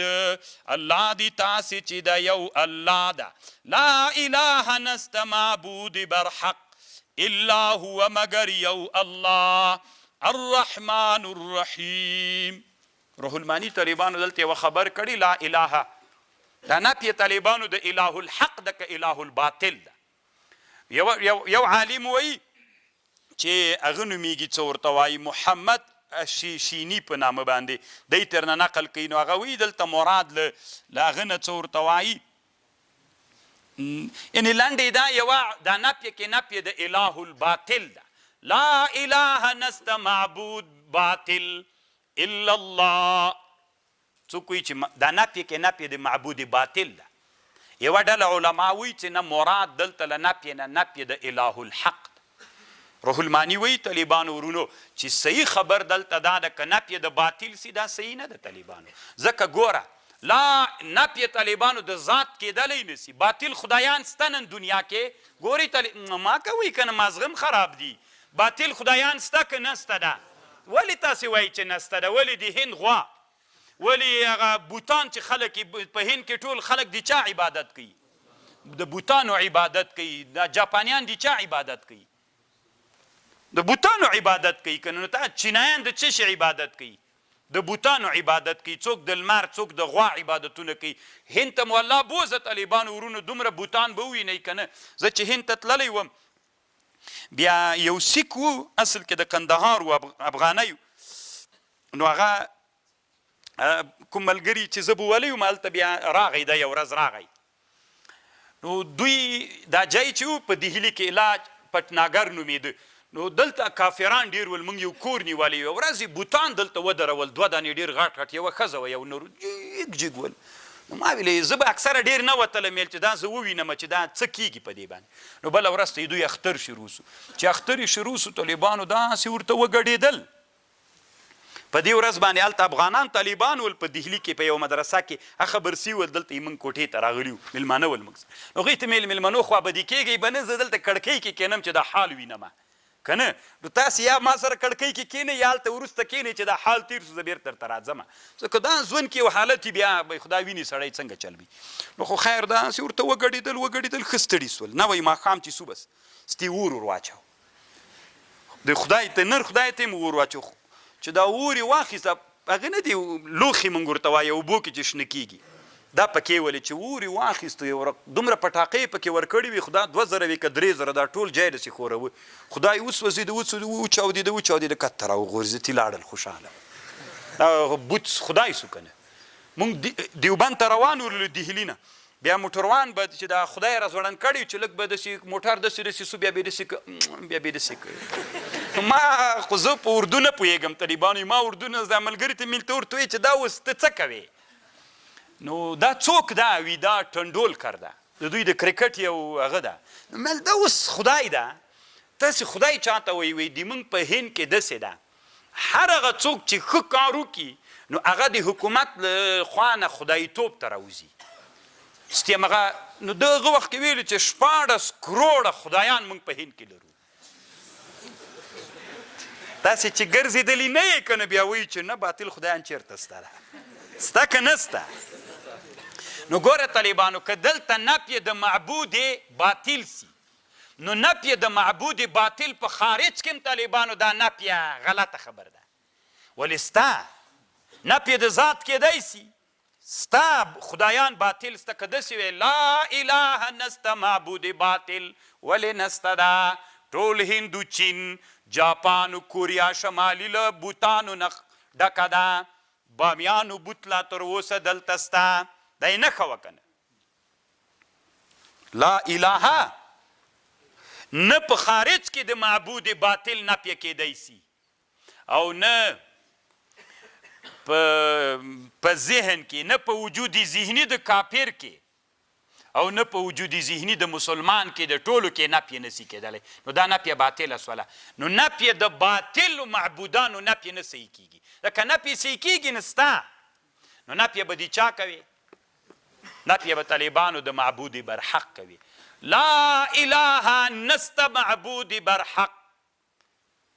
الا الله مگر یو الله ده ټوله دنیا چې وګرځوې داسې وګورې داسې معبود چې پیدا کې چې هغه په حق باندې وي نسته ده هر څوک چې دعوه کوي دغه معبودان باطل دي د حق معبود نسته الا الله یو معبود ده چې هغه الله ده نو نفیه به د معبودي بر چا کوي حق به کوي طالبانو د باطل به نه کوي د باطل نفیه صحیح کېږي نه طالبانو ستا د باطل څومره خدایان دي اوس به لږ دمه وکړو